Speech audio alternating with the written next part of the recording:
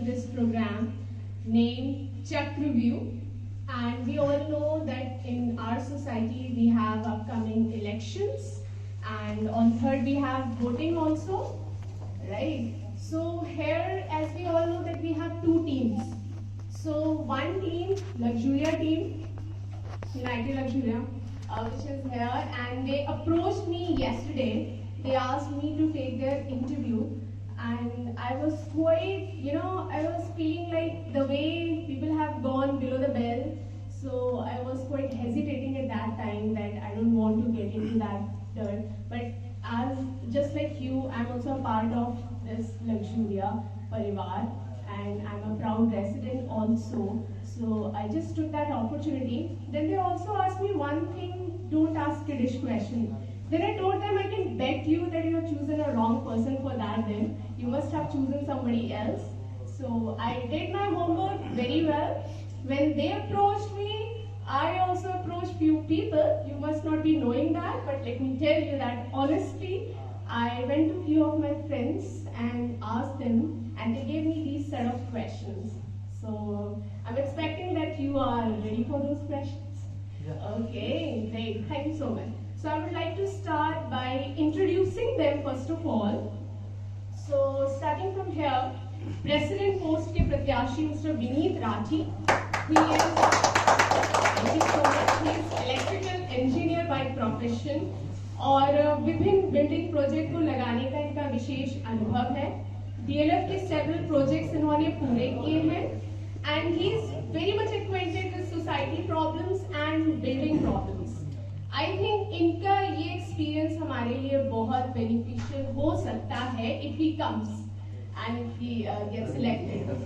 दूसरे नंबर पर हमारे most popular candidate I would say Mr. Shailesh Pandey ji है, जो मितभाषी है. He always wears a smile on his face, you must have seen, and everybody is familiar with his friendly behavior. We like his friendly behavior a lot. Society में I think शायद ही कोई होगा जो इनको नहीं जानता होगा. Everybody knows him very well. ये एक स्टॉक मार्केट की एक बड़ी कंपनी में पहले से ही वाइस प्रेसिडेंट की पोस्ट पर काम कर रहे हैं, और अब ये सोसाइटी के भी वाइस प्रेसिडेंट की पोस्ट पर नॉमिनेटेड है. इनको फाइनेंस एंड धन के हिसाब किताब का अच्छा एक्सपीरियंस है. He is a good negotiator. इसी वजह से सोसाइटी के भी सभी वेंडर्स वगैरह से यही नेगोशिएट करते हैं. तो इनका एक्सपीरियंस भी हमारे लिए बेनिफिशियल हो सकता है अगर ये भी जीत कर आते हैं. Wish you luck, all the best seriously. तीसरे स्थान पर सेक्रेटरी पद के प्रत्याशी मिस्टर अभिनंदन शर्मा जी हैं. इनकी सोसाइटी में अलग पहचान है and everybody knows him with that. इनको शास्त्रों की अच्छी नॉलेज है, ज्योतिषी की भी है. सोसाइटी के बच्चों के लिए इन्होंने लॉकडाउन से पहले बाल संस्कार शाला भी शुरू की थी. He has written a book also named अघोरी बाबा की Gita. He is a renowned writer also, YouTuber, blogger, given lectures in various colleges and universities. He has his own website also, shastrigyan.in. So I would say he's multi-dimensional personality. So I heartily welcome all three of you here and wish you luck for your elections. So I think I should start with a question answer round, and let me make it clear. Once I ask them these questions which have been given by some society members only, after that I will go on the second round wherein you people can also ask your question. So you can just pay attention to what they're answering, and after that you can also ask the questions from them. Okay, so Rathi जी मैं आपसे शुरू करूं? Yeah. Okay. So first question. That goes round के time पे मैं clear करती हूँ. ठीक है. तो मेरा पहला क्वेश्चन राठी जी से ही है. सब कहते हैं मतलब पूरे इलेक्शंस में जब से ये स्टार्ट हुआ ये सब कुछ हमने सुना है, मैंने ये किया है, मैंने वो किया है, मैंने सोसाइटी के लिए इतना किया उतना किया. कितना झूठ कितना सच ये तो नहीं पता, बट अब मैं आपसे भी सुनना चाहती हूँ. आपके 2-3 स्पेसिफिक मोटे मोटे काम बताइए. आपने और आपकी टीम ने मिलकर किए या आपने अकेले करे हैं? You can use the mic. First of all तो मैं आपको थैंक यू कहना चाहूँगा कि आपने हमें मंच पर बुलाया और एक डिबेट और या इंटरव्यू दें तो उसके लिए आपने आमंत्रित किया गया। मेरा पहला जो काम है, वैसे तो हमने अनेकों काम किए हैं वेली और टीम ने और मैंने मिलके, जिसमें कि एक सबसे महत्वपूर्ण काम हमने कोरोना के टाइम पर जितने भी रेजिडेंट्स थे, जो हमारे पेरेंट्स हैं, उनके बच्चे स्कूल में पढ़ रहे हैं लेकिन उनको सैलरी नहीं आ रही थी। 6-8 महीने उनके बच्चों को उनको सैलरी नहीं मिल रही थी। उसके चक्कर में उनका हाथ बहुत तंग था। तो हमने एक चीज़ सोची कि स्कूल में बच्चे पढ़ रहे हैं लेकिन उनको फीस पूरी देनी पड़ रही है, और वो सबका एक मेजर प्रॉब्लम थी सभी सोसाइटी के बंदों की, क्योंकि हमारे स्कूल में बच्चे पढ़ रहे हैं लेकिन हमें फीस पूरी देनी पड़ रही है, तो क्यों ना हम इसके लिए कुछ करें। तो मैंने इनिशिएट लेके और मेरी टीम ने साथ मेरा उसमें पूरा दिया, और सेंट जेवियर के हम मैनेजमेंट से बात की हमने, और सेंट जेवियर के मैनेजमेंट का बहुत ही पॉजिटिव रिस्पांस रहा। हमने उसके लिए काफ़ी एफर्ट किए, पहले हमने काफ़ी बातें की, मेल्स वगैरह किया, तो काफ़ी होने के बाद में मैनेजमेंट एक डिसीजन पे पहुंचा कि हाँ ठीक है, अगर आपकी ये रिक्वेस्ट है तो हम इसको जरूर मानेंगे, और उन्होंने 30 से 40% फीस हमें इमीडिएटली डिडक्शन कर दिया उन्होंने। और ये बहुत बड़ा अचीवमेंट था। कोरोना काल में किसी की 4 से 5 हज़ार रुपये बच जाना, ये एक बहुत बड़ा अचीवमेंट था। उसमें मैं मैनेजमेंट का भी थैंक कहूँगा कि उन्होंने इतना सपोर्ट हमें किया और हमारे पेरेंट्स की बातों को समझा, और आज की डेट में शायद उनको इस चीज़ का बहुत राहत मिली है। तो ये मेरा एक अचीवमेंट था। दूसरा अचीवमेंट ये है कि जैसे कि बेसमेंट में हमें हर बरसात में पानी भर जाता है, और ज़्यादातर ऐसी भी होती हैं कि गाड़ियाँ हमारी ख़राब हो जाती हैं, पानी नीचे आदमी बेसमेंट में जा नहीं सकता, सांप घूमते हैं नीचे बेसमेंट के अंदर। तो सीपेज का एक सबसे बड़ा प्रॉब्लम था हमारा, क्योंकि पानी बेसमेंट में जाता है, संपम काम नहीं करते हैं, ऊपर का पार्किंग इनके प्रॉपर ये वाटर प्रूफिंग कंप्लीट हो नहीं रखी। तो उसके लिए हमने एक मुद्दा चलाया था कि भाई हमें सीपेज के लिए अपनी लड़ाई को तेज करना है, और हमने बिल्डर से काफ़ी इसके लिए बात भी की है, और कई बार हमने मेलबाजी और जीडीओ वगैरह को सबको लेटर दिया। तो सीपेज के लिए हमने इनको बहुत फोर्स किया, तो उससे काफ़ी काम हमारे हुए भी हैं उस टाइम पर, लेकिन 100% वो काम अभी तक नहीं हुआ। उसके लिए हमें अभी भी ये लड़ाई हमारी जारी है और हम आगे तक लड़ते रहेंगे इसके लिए। और बाकी ऐसे छोटे छोटे काम काफ़ी सारे हैं, पार्क में घास लगवाना, पार्क, और बहुत सारे ऐसे काफ़ी सारे काम हैं जिसको यहाँ पर बताना शायद अभी जरूरी नहीं है। Okay, thank you so much. Don't take it otherwise and don't take it personally also. There is a question that although लोग कहते हैं कि मतलब अब आप में काफ़ी चेंज है आपके बिहेवियर में, लेकिन फिर भी अभी भी सोसाइटी मेंबर्स ये चीज़ बोलते हैं कि आप ना बहुत ज़्यादा जोशीले हैं और कभी-कभी बहुत एग्रेसिव भी हैं। तो आपको नहीं लगता कि इस पोस्ट के लिए जिसके लिए आप नॉमिनेटेड हैं जीतने के बाद, कि हम बहुत एक पोलाइट और एक विनम्रता वाला इंसान चाहेंगे? आपने क्वेश्चन बहुत अच्छा ये पूछा है मेरे से। पहले से मैं विनम्र हूँ, मतलब मैं मानता हूँ कि मैं एग्रेसिव हूँ, लेकिन मैं एग्रेसिव क्यों हूँ ये बात शायद बहुत कम लोग जानते होंगे। अगर कोई गलत को गलत नहीं कह सकता तो एग्रेसिव नहीं हो सकता। मुझे एग्रेसिव बनना पड़ता है, क्योंकि अगर कोई सोसाइटी में गलत काम हो रहा है तो मुझे उसके खिलाफ आवाज़ उठानी चाहिए, और हमें सबको उठानी चाहिए। हमें किसी को गलत नहीं बोलना चाहिए, उसके लिए मैं भी एग्री करता हूँ और सभी एग्री करेंगे, लेकिन गलत को गलत बोलना जरूरी है। अगर हमारी बेसमेंट के अंदर पानी टपक रहा है, बरसात में पानी भर रहा है, दो बेसमेंट पानी से भर जा रहे हैं, तो क्या मैं एग्रेसिव ना हूँ? रात को दिन में पूरे दिन बिजली नहीं रहती, डीजी में पानी डीजल नहीं रहता है, और पूरा दिन बिजली नहीं आती है, और बच्चे गर्मी में परेशान हैं एक पूरा दिन। उसके लिए मैं अगर जैन को परेशान करता हूँ, उसको 2 बात सुनाता हूँ, तो क्या मैं एग्रेसिव ना हूँ? और अगर लाइट नहीं होती, बिल्डर को या तोमर जी को हम बार बार बोलते रहते हैं कि भैया प्रॉब्लम आ रही है, इसको प्रॉब्लम को सॉर्ट आउट करो, लाइटें नहीं चल रही हैं और लिफ्टों में प्रॉब्लम है, उसके लिए अगर हम कोई बात करते हैं तो क्या मैं एग्रेसिव ना हूँ? तो मुझे लगता है कि अगर हम सोसाइटी के हित के लिए बात कर रहे हैं तो हमें एग्रेसिव होना चाहिए। मैं कहूँगा कि हमें सोसाइटी के हर बंदे को एग्रेसिव होना चाहिए। अगर हमारा पैसा खर्च हो रखा है और बिल्डर उसको सही से नहीं काम कर रहा तो हमें एग्रेसिव होना बहुत जरूरी है। बाकी हाँ, मैं कहता हूँ कि मेरे स्वभाव में काफ़ी विनम्रता से आई है। That's good for us also, for you also. Builder की बात अभी आपने करी तो मुझे ये पता चला कि आप बिल्डर की ना हिट लिस्ट में रहते हैं और आप भी हर समय बिल्डर को क्लेम करते हैं हर चीज़ के लिए। तो आपको लगता है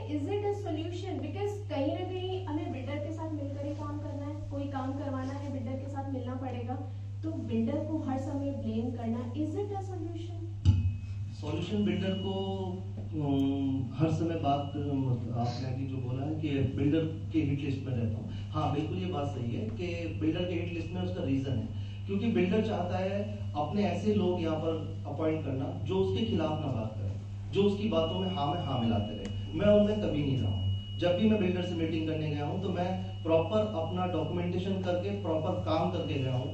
मैंने बिल्डिंग के हर एक कोने के फोटोग्राफ्स, FSCs के फोटोग्राफ्स, पंप रूम के फोटोग्राफ्स, बेसमेंट के फोटोग्राफ, फायर फाइटिंग के फोटोग्राफ्स, फायर अलार्म के फोटोग्राफ्स, प्लस जो ग्लासेस नहीं लगे हुए, जो लाइटें नहीं चल रही, उन सब के फोटोग्राफ्स मैंने पूरी फाइल के साथ में उनको प्रेजेंटेशन दी थी, जिसमें बिल्डर के साथ में जब मैंने अपनी बात रखी कि भाई ये काम नहीं हो रहे जो आपको कर देने चाहिए थे आज तक, क्योंकि सोसाइटी हैंडओवर हुई नहीं है।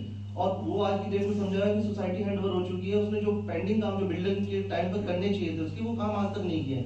तो इसलिए मुझे बिल्डर के सामने अपनी बात रखनी पड़ती है। अगर मैं बिल्डर के सामने अपनी बात ना रखूं, वहाँ चुपचाप हो जाऊं, तो फिर तो कोई फायदा नहीं है। मेरा टेक्निकल होने का क्या फायदा, मेरा एक्सपीरियंस कहाँ काम आएगा अगर मैं किसी सही आदमी को मतलब अपनी अगर उनको एक्सपीरियंस ना दिखा सकूं कि हाँ भाई ये प्रॉब्लम है आपकी सोसाइटी के अंदर, ये आपको सॉर्ट आउट करो। तो इसलिए बिल्डर मेरे से चिढ़ता है कि हाँ भाई ये तो हर जगह जाके पैसे की बात करता है, मतलब मेरा खर्चा कराने की कोशिश करता है। तो मैं चाहता हूँ कि बिल्डर से मिलके बात होनी चाहिए और हम आगे बिल्डर से बात करेंगे, मिलके ही बात करेंगे, लेकिन अपनी बात रखना गलत नहीं है। इसलिए बिल्डर सोचता है कई बार कि यार ये गलत है, बट आज की डेट में हम ऐसा नहीं कर रहे हैं। बिल्डर से हम काफी बात करेंगे और आगे भी सबका साथ रहेगा, तो बिल्डर से बात करके काम करवाएंगे बिल्कुल सारे। Okay, wish you good luck for that. But I want to ask you one last question. What's your point of view on your opponent? अगर मैं शर्मा जी की बात करूं तो शर्मा जी बड़े विनम्र स्वभाव के हैं और अच्छे व्यक्ति हैं। मैं इसमें ज़्यादा टिप्पणी नहीं करना चाहूँगा, बट हाँ हर समय यस सर नो सर करके काम नहीं चलता। आपको अपनी बात रखनी भी आनी चाहिए और करनी भी चाहिए। आपको अगर पता है कि आपको अभी लड़ाई बहुत लड़नी है तो उसमें अपनी बात रखने के लिए अगर आप किसी दूसरे का सहारा लेंगे तो वो भी गलत होगा। मैं एक छोटा सा इंसिडेंट आपको बता देता हूँ। एक दिन ऐसी मीटिंग हो रही थी तो दोनों टीम हमारी मीटिंग में साथ में थे, तो हमने भी अपनी तरफ से बोला कि मैंने बोला कि शर्मा जी एक तरफ मेरी टीम है एक तरफ आपकी टीम है, तो इस लड़ाई झगड़े को खत्म करते हैं और आपस में बात करके एक सॉल्यूशन पे लेके आते हैं। तो आप अपनी बात रखिए, मैं अपनी बात रखता हूँ। तो मुझे बड़ा ताज्जुब हुआ जब शर्मा जी ने सीधा बोला कि नहीं मैं बात नहीं करूँगा, मेरी तरफ से मिस्टर जैन बात करेंगे। तो मुझे ऐसा लगा कि जब वो एक 10 आदमियों की मीटिंग में बात नहीं कर सकते तो वो 20 लोग 50 लोग या 100 लोगों के बीच में अपनी बात कैसे रख सकते हैं। तो शायद मैं उनसे डिफरेंट हूँ इस मामले में। Thank you so much. Now I would like to switch to Mr. Pandey.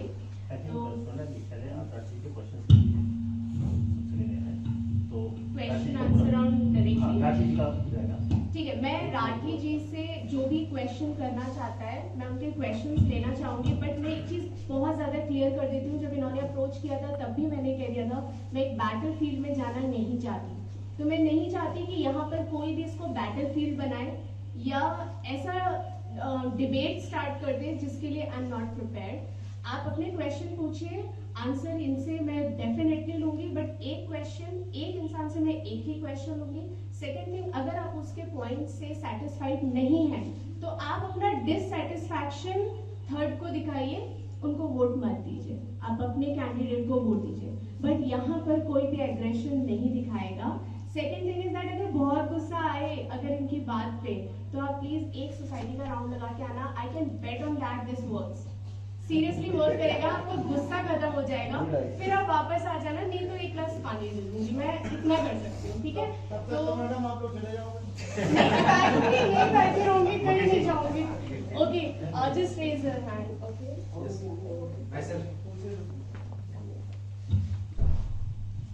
सबको नमस्कार। पहले तो मैं स्वतंत्र भारद्वाज जी 205 में रहता हूँ।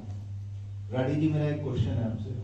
इतनी लंबी चीजें आपने लिख रखी हैं इस पे, मैंने भी पढ़ी, बड़ी अच्छी लग रही थी, वैसे पढ़ने में तो बहुत बढ़िया थी, लेकिन क्या मतलब कैसे ये उसमें रियलिटी में कैसे आएंगी ये चार्जेस वगैरह जितने लग रहे हैं हम पे? निशान भाई बोलते फिनाइल भी नहीं मिलता हमको, सारी चीजें इतनी क्लीनिंग रहती नहीं है। शुरू में तो थोड़ी अच्छी रहती थी, बट कैसे कैसे करेंगे ये चार्जेस, कैसे कम हो सकते हैं कि चार्जेस भी कम हो, ये जो क्लीनिंग है और सारी चीजें ये भी बढ़िया तरीके से हो सके सोसाइटी में? मतलब क्या प्री प्लान है आपका, मैं थोड़ा सा बताइए। आपने बहुत अच्छा क्वेश्चन पूछा है सर। इसमें मैं आपको बताना चाहूँगा कि सबसे पहले अगर मैं चार्जेस कम करने की बात करूँगा तो उसमें जीएसटी जैसी ये बनेगी तो जीएसटी ऑटोमेटिकली कम हो जाएगी, तो एक बर्डन ये कम होगा। उसके बाद में जो फ्लैट्स अभी तक अनसोल्ड हैं उनका मेंटेनेंस बिल्डर नहीं दे रहा है, वो बिल्डर का मेंटेनेंस तो वो 200 फ्लैट होंगे शायद, आप उस हिसाब से कैलकुलेट कर लीजिए कि उनका मेंटेनेंस भी हमारी जेब पे जा रहा है, तो वो भी एक अगर जब हम एओ बना देंगे तो उनसे भी मेंटेनेंस कलेक्ट करेंगे। दूसरी बात आपने कही है कि सोसाइटी को कैसे अच्छे से बना पाएंगे, तो मैं डीएलएफ की प्रोजेक्ट्स में काम करता हूँ जहाँ पर 10-10, 12, 15 करोड़ के 25 करोड़ के एक फ्लैट हैं। मुझे पता है कि सोसाइटी की क्वालिटी को कैसे मेंटेन किया जाता है और मेरा जोर रहता है क्वालिटी कैसे मेंटेन की जाए। तो अभी स्वीपर आते हैं, काम नहीं करते, तोमर जी से कंप्लेन करते हैं, बात नहीं सुनते हैं। जब एओ बन जाएगी तो तोमर जी नहीं होंगे, हमारी खुद की टीम के बंदे होंगे। हम उनको अपने अच्छे से बात कर सकते हैं, उनको टाइट भी कर सकते हैं क्योंकि सैलरी हम दे रहे होंगे। जब हम मालिक होंगे, वो एम्प्लॉय होंगे तो काम करेंगे। दूसरी बात क्लीनिंग और बाकी सारी चीज़ों में तो हमारा कंट्रोल रहेगा उसके ऊपर, और आपको एक वर्ल्ड क्लास लग्जरी हम देंगे। अभी साहब सिर्फ नाम का लग्जरी है, हम लग्जरी फ्लैट आपको मतलब फ्लैट नहीं देंगे, फ्लैट में जो मेंटेनेंस जो सर्विसेज हैं वो हम आपको देंगे। चलिए, Thank you so much. Other question? I'm coming. Good evening all, happy new year to all. Myself Nishant Srivastava from 8205. मेरा एक ही क्वेश्चन है, आप लोगों के मैनिफेस्टो के बाद मुझे कुछ नहीं लगता है कि और कुछ जरूरत है। बस मैं आप तीनों से सिर्फ एक ही क्वेश्चन पूछना चाहता हूँ कि ऐसा आप लोग आज क्या ओथ लेंगे, शपथ लेंगे, जो मैं पिछले 3 साल से मैं भी आया हूँ और बना रहा हूँ कि ये बनाना है, अपनों के बीच से अपना ही बंदा बने, वो शपथ लेंगे कि जिससे हम डेविएट नहीं करेंगे। और जो मुझे 3 तारीख को पर्सनल लेवल पे मैं विनीत राठी जी का मैं बहुत पसंद करता हूँ, क्योंकि कहीं ना कहीं उनका नेचर मेरे से मिलता है, या मैं यूं कह लूं कि मेरा नेचर उनसे मिलता है, जो एग्रेसिव कहता हूँ बट इससे पॉजिटिव सेंस। तो क्या आप तीनों ऐसा शपथ लेंगे जो मुझे 3 तारीख को हेल्प करे कि हाँ मैं सही था, सही हूँ और सही ही रहूंगा। मैनिफेस्टो में आप लोग के काफी कुछ है, अलग कुछ नहीं चाहिए। सर मैं जो मैनिफेस्टो में रखा है वो हमने बहुत सोच समझ के रखा हुआ है, और हम 110% कोशिश करेंगे कि वो सारी चीज़ें हम इम्प्लीमेंट कर सकें। हमारी सोसाइटी ने हमेशा काम किया, हमारे टीम ने हमेशा काम किया है और काम करेंगे, इस बात पर हमेशा हम अटल रहे हैं और आगे भी रहेंगे। तो सोसाइटी में जो भी काम होगा वो हम दिलो जान से पहले भी करते हैं और आगे भी करते रहेंगे। हाँ, लेकिन हम सिर्फ 8-9 लोग कुछ नहीं है, जब तक पूरी सोसाइटी के 820 लोग हमें आके सपोर्ट ना करें तब तक हम कुछ नहीं कर सकते। दूसरी बात कि 820 लोगों के भी बीच में बहुत सारे इंटेलिजेंट लोग हैं जिनका एक्सपीरियंस हमें काम आएगा, वो अपने व्यूज हमें देंगे, हम उस व्यूज के हिसाब से काफी सारी चीजें चेंज करेंगे। लेकिन हाँ, इतनी गारंटी हम दे सकते हैं कि 100% चीजें अच्छी होंगी। एक बार हम जीत के आते हैं तो हम सब मिलकर अच्छा काम कर सकते हैं। Thank you so much, Rakesh ji. And one last question I would like to take. Yes. One last. क्या इसके बाद एक क्वेश्चन मैं पूछ सकता हूँ? इसके बाद मैं नेक्स्ट कैंडिडेट पर जाऊंगी, तब आप पूछ लीजिएगा। Yes, करिए कि मुझे जी, नहीं सर, समझ मैं में आपसे नहीं ही आ- No, it's okay because I have time limit, so the 3 question per candidate. Sir, you can't bind the people like that. कोई नहीं सर, ये- क्वेश्चन पूछते थे क्या? Second candidate से You yours have taken a lot of time there, man. नहीं, नहीं, sir, पूछे- Anyhow. I would like to कोई You on? Yes, it is. Mostly मैं आप लोगों का एक डाउट क्लियर कर दूं। On नहीं है? कौन है? Yes, yes, yes. एक तो एग्रेशन को काइंडली जस्टिफाई करिए कायदे से। एग्रेशन केवल वो आदमी कर सकता है जिसको नॉलेज है, जिसने काम किया है और जो इमोशनल है, काम के प्रति समर्पित है। एक आदमी को एग्रेसिव होना चाहिए, अच्छे टकरार होगी। बिल्डर की गुड बुक में होना और बैड बुक में होना is not a merit. Merit is कि what he knows about the job, अगर वो कर सकता है तो उसको करना चाहिए। तो I am sorry, first 2 point जो आपने इनके बारे में किए थे, मैं उनको सिरे से खारिज करता हूँ। वेल, माय क्वेश्चन नाउ, मेरा क्वेश्चन ये है कि because you are employed somewhere, आप अपना टाइम कैसे देंगे? And it's a common question to all. Thank you so much, sir. और मुझे आपकी बातों में बड़ा क्वेश्चन मेरे लिए लगा, सीरियसली लगा। नहीं, लेकिन I accept your point very well. And आपको मैं एक चीज क्लियर कर दूं कि मैं आपके ही क्वेश्चन उनसे पूछ रही हूँ Rakesh ji, please एग्रेशन को answer. एब्यूजिव तरह से मत लीजिए। Answer. सर आपने जो पहले 2 क्वेश्चन खारिज करे उसका मैं स्वागत करता हूँ। और आपने जो बात कही है बिल्कुल एकदम सही कही है। एग्रेशन होना चाहिए, अगर एग्रेशन नहीं होगा तो काम भी नहीं होगा, लेकिन वॉयलेशन नहीं होना चाहिए। ये हम भी इसको मना करते हैं, कभी वॉयलेशन नहीं होगा। सेकंड थिंग, आपने बोला कि आप सब जॉब करते हैं, बिल्कुल सब जॉब करते हैं, और जॉब करने के साथ साथ में एक एडिशनल हमें ये जो है जिम्मेदारी मिली है। तो सर अगर मैं अपनी बात करूं तो मैं एक स्पोर्ट्समैन हूं और मैं स्टेट चैंपियन रह चुका हूं, तो मुझे आदत है काम करने की। और पैकेज जो मेरा कंस्ट्रक्शन वर्क है उसमें मैं 10-10, 12-12 घंटे कंटिन्यू काम कर सकता हूँ, पहले भी काम कर सकता हूँ। लेकिन अब थोड़ी सी पोजीशन ऊपर हो गई है तो थोड़ा सा मेरा वर्कलोड कम हो गया। तो अगर मैं 6 घंटे 7 घंटे वहाँ देता हूँ तो बाकी टाइम में सोसाइटी को दूंगा, उसमें सैटरडे संडे इंक्लूड है और बाकी चीज़ें।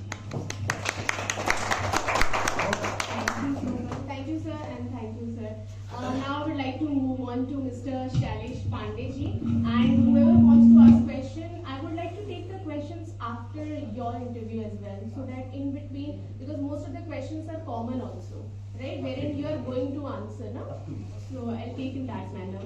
तो सबसे पहले आपसे भी सेम क्वेश्चन है कि आप अगर अपने 2-3 स्पेसिफिक मोटे काम बता दें फटाफट से सबको, तो फिर मैं सेकंड क्वेश्चन पे जाती हूँ।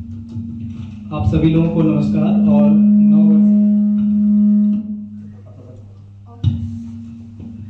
आप सभी लोगों को नमस्कार और मोबाइल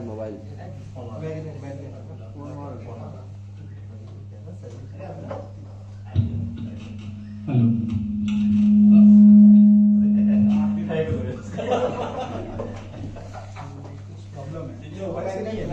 माइक चेंज कर लीजिए ना, वो वाला आप यूज कर लीजिए। हेलो हेलो आप चेंज कर लीजिए।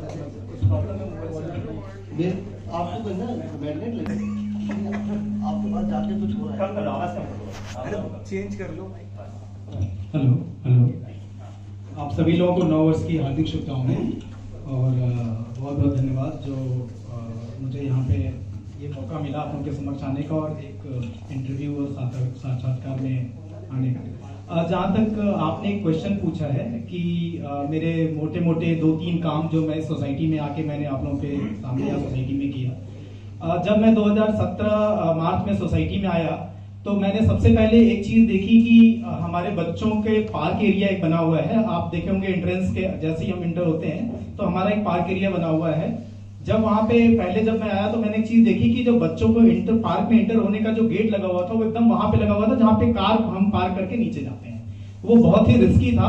उसको हमने वहां एक्नॉलेज किया कि अगर कल को बच्चे खेलते अचानक उससे एंट्री या एग्जिट होते हैं और कोई गाड़ी आ जाती है तो ऑब्वियसली उनके लिए कोई प्रॉब्लम हो सकती है, कोई इंसिडेंट हो सकता है। तो हमने सबसे पहले उसके लिए मैं पर्सनली तोमर जी से मिला और मैंने उस गेट को वहां से चेंज करवा के पीछे की तरफ गेट करवाया। जो आज हम यहाँ पे गेट है इधर से बच्चे जाते हैं वो गेट हमने उनसे पर्सनली हम लोगों ने बात करी और कोर्स करके वो करवाया। ये हमारा पहला काम था।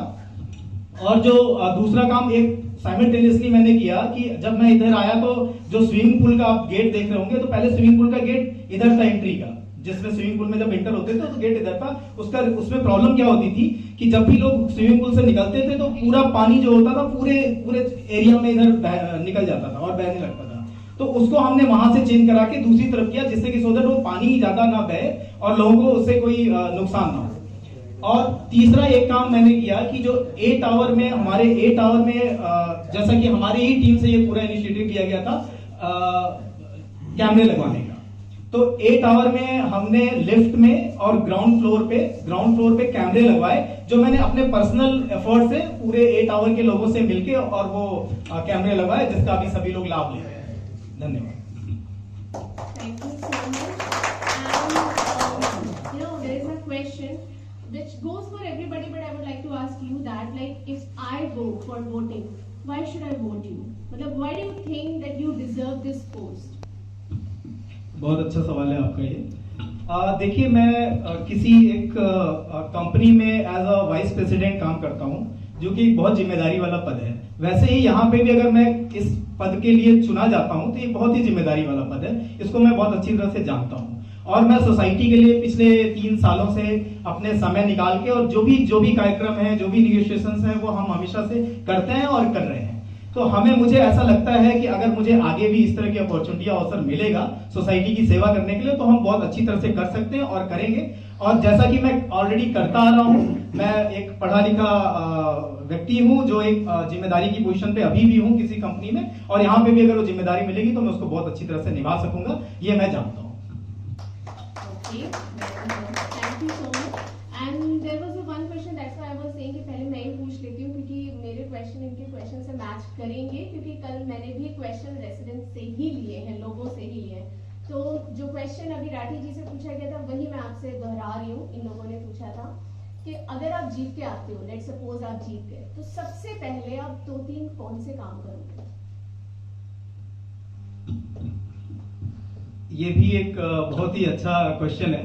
इसका आंसर मैं वैसे दूं तो सबसे पहले तो अगर हम पूरी टीम एओए में आते हैं तो हम सर्वप्रथम पूरी टीम एक मीटिंग करके, और जो भी इनिशियल स्टेज में काम हो सकते हैं, जैसे कि अभी अपने यहाँ बहुत सारे छोटे छोटे काम हैं, जैसे गार्ड्स नहीं है, गार्ड्स की आप इनिशियल लेवल पे व्यवस्था करा सकते हैं, सफाई की प्रॉब्लम है, सफाई की व्यवस्था, जो ये सारी हमारी प्रायोरिटीज रहेंगी, जो हमने आपस में बैठ के डिस्कस किए हैं कि सबसे पहले हम सारे टावर में इंश्योर करें कि गार्ड्स हों, हर जगह प्रॉपर सफाई हो, जितने भी नॉर्मल जो कम बजट में हमारे काम हो सकते हैं वो सारे काम हम कराएं, जिससे कि जैसे हमारा अभी एक लाइब्रेरी है, लाइब्रेरी के काम को हम सुचारू रूप से इसको प्रॉपर तरीके से करा सके, जिससे हमारे बच्चों और बड़ों सबको इसका लाभ मिल सके।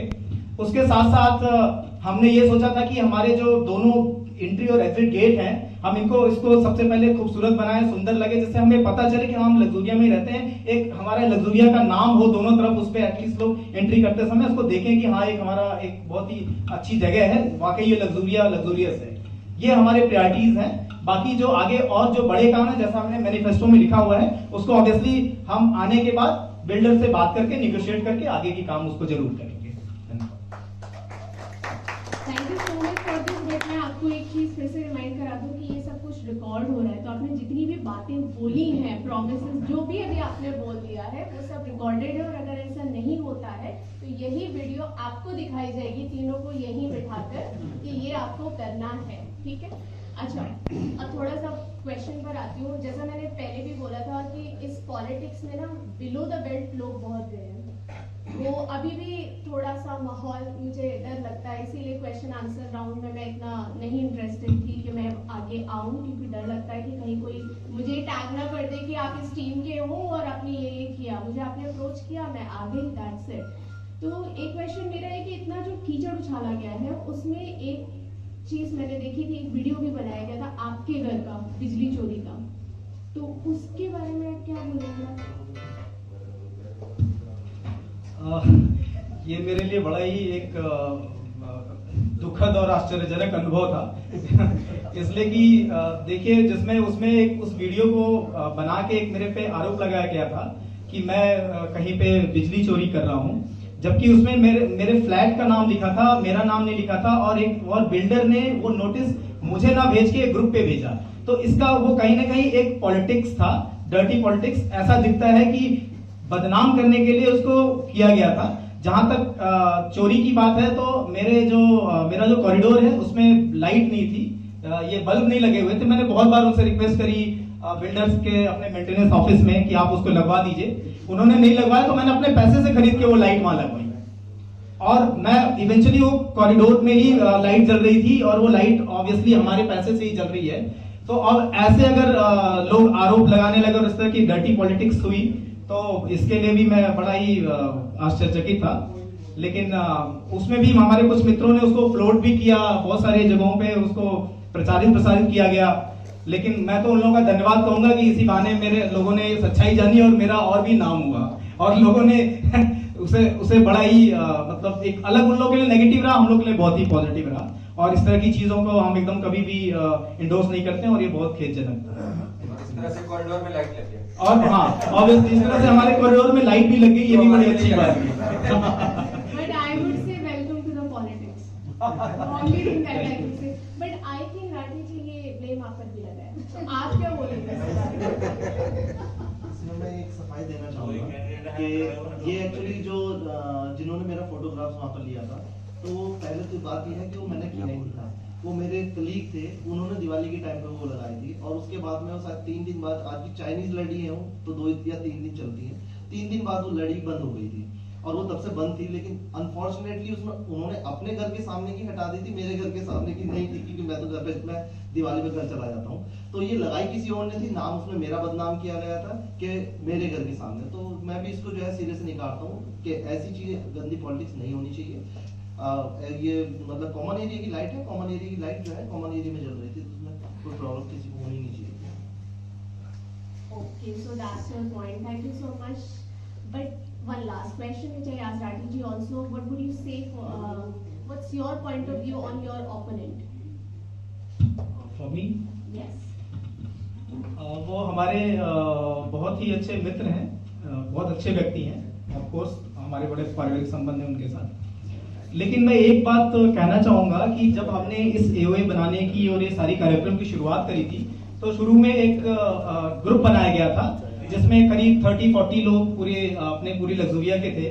तो हमारे जो मित्र हैं, जो ओपोनेंट हैं, उन्होंने खुद अपने ही बोला था कि मैं शायद इस सोसाइटी को समय नहीं दे पाऊंगा, और वो ग्रुप एग्जिट कर गए थे। तो मेरा बस एक ही क्वेश्चन है कि अगर कोई इस सोसाइटी को समय नहीं दे पा रहा है, तो वो कैसे वो सोसाइटी को आगे इतने महत्वपूर्ण पदों पे जाएगा, और फिर उसको कैसे समय देके आगे बढ़ाएगा। एक ही क्वेश्चन है मेरा। तो मुझे लगता है कि शायद वो इसके लिए अप्रोप्रिएट नहीं है, और दूसरी बात, वो सरकारी नौकरी करते हैं, और जहां तक वो शायद जैसा उन्होंने लिखा था ऑब्वियसली कि वो समय ना दे पाए, तो मुझे लगता है कि वो शायद इसमें समय ना दे पाएंगे। और मैं अपने को हमेशा से जैसा सोसाइटी को समय देता हूं, तो मैं अपने को उनसे इस मामले में एटलीस्ट बेहतर ना। Okay, thank you so much for putting your points in front of everybody. Now it's turn of Mr. Abhinandan Sharma. So, sir, आपको एक टैग दिया मैंने, एडजेक्टिव आपके लिए यूज किया था, being multi-dimensional personality, right? Just because क्योंकि आप शास्त्र ज्ञान, राइटर, लेक्चरर सब कुछ थे, बट आपकी एंट्री पॉलिटिक्स में बहुत अनएक्सपेक्टेड थी, तो उसको आप कैसे जस्टिफाई करेंगे? जब आप इतना कुछ कह रही थी मेरे वाला, तभी समझ गया था कि इतनी मीठी मीठी बातों के साथ एक बम पे गोला आने वाला है। देखिए ऐसा है, नेचुरली मेरा इसमें कोई इंटरेस्ट था नहीं पॉलिटिक्स में, और ना ही मैं इलेक्शन लड़ने वाला था, मेरा कोई इरादा नहीं था। हाँ, मेरा सपोर्ट पूरी टीम के साथ था, no doubt, United Luxuria team के साथ मेरा सपोर्ट शुरू से था।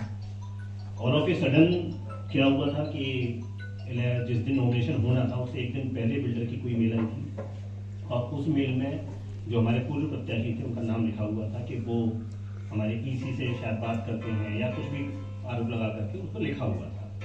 तो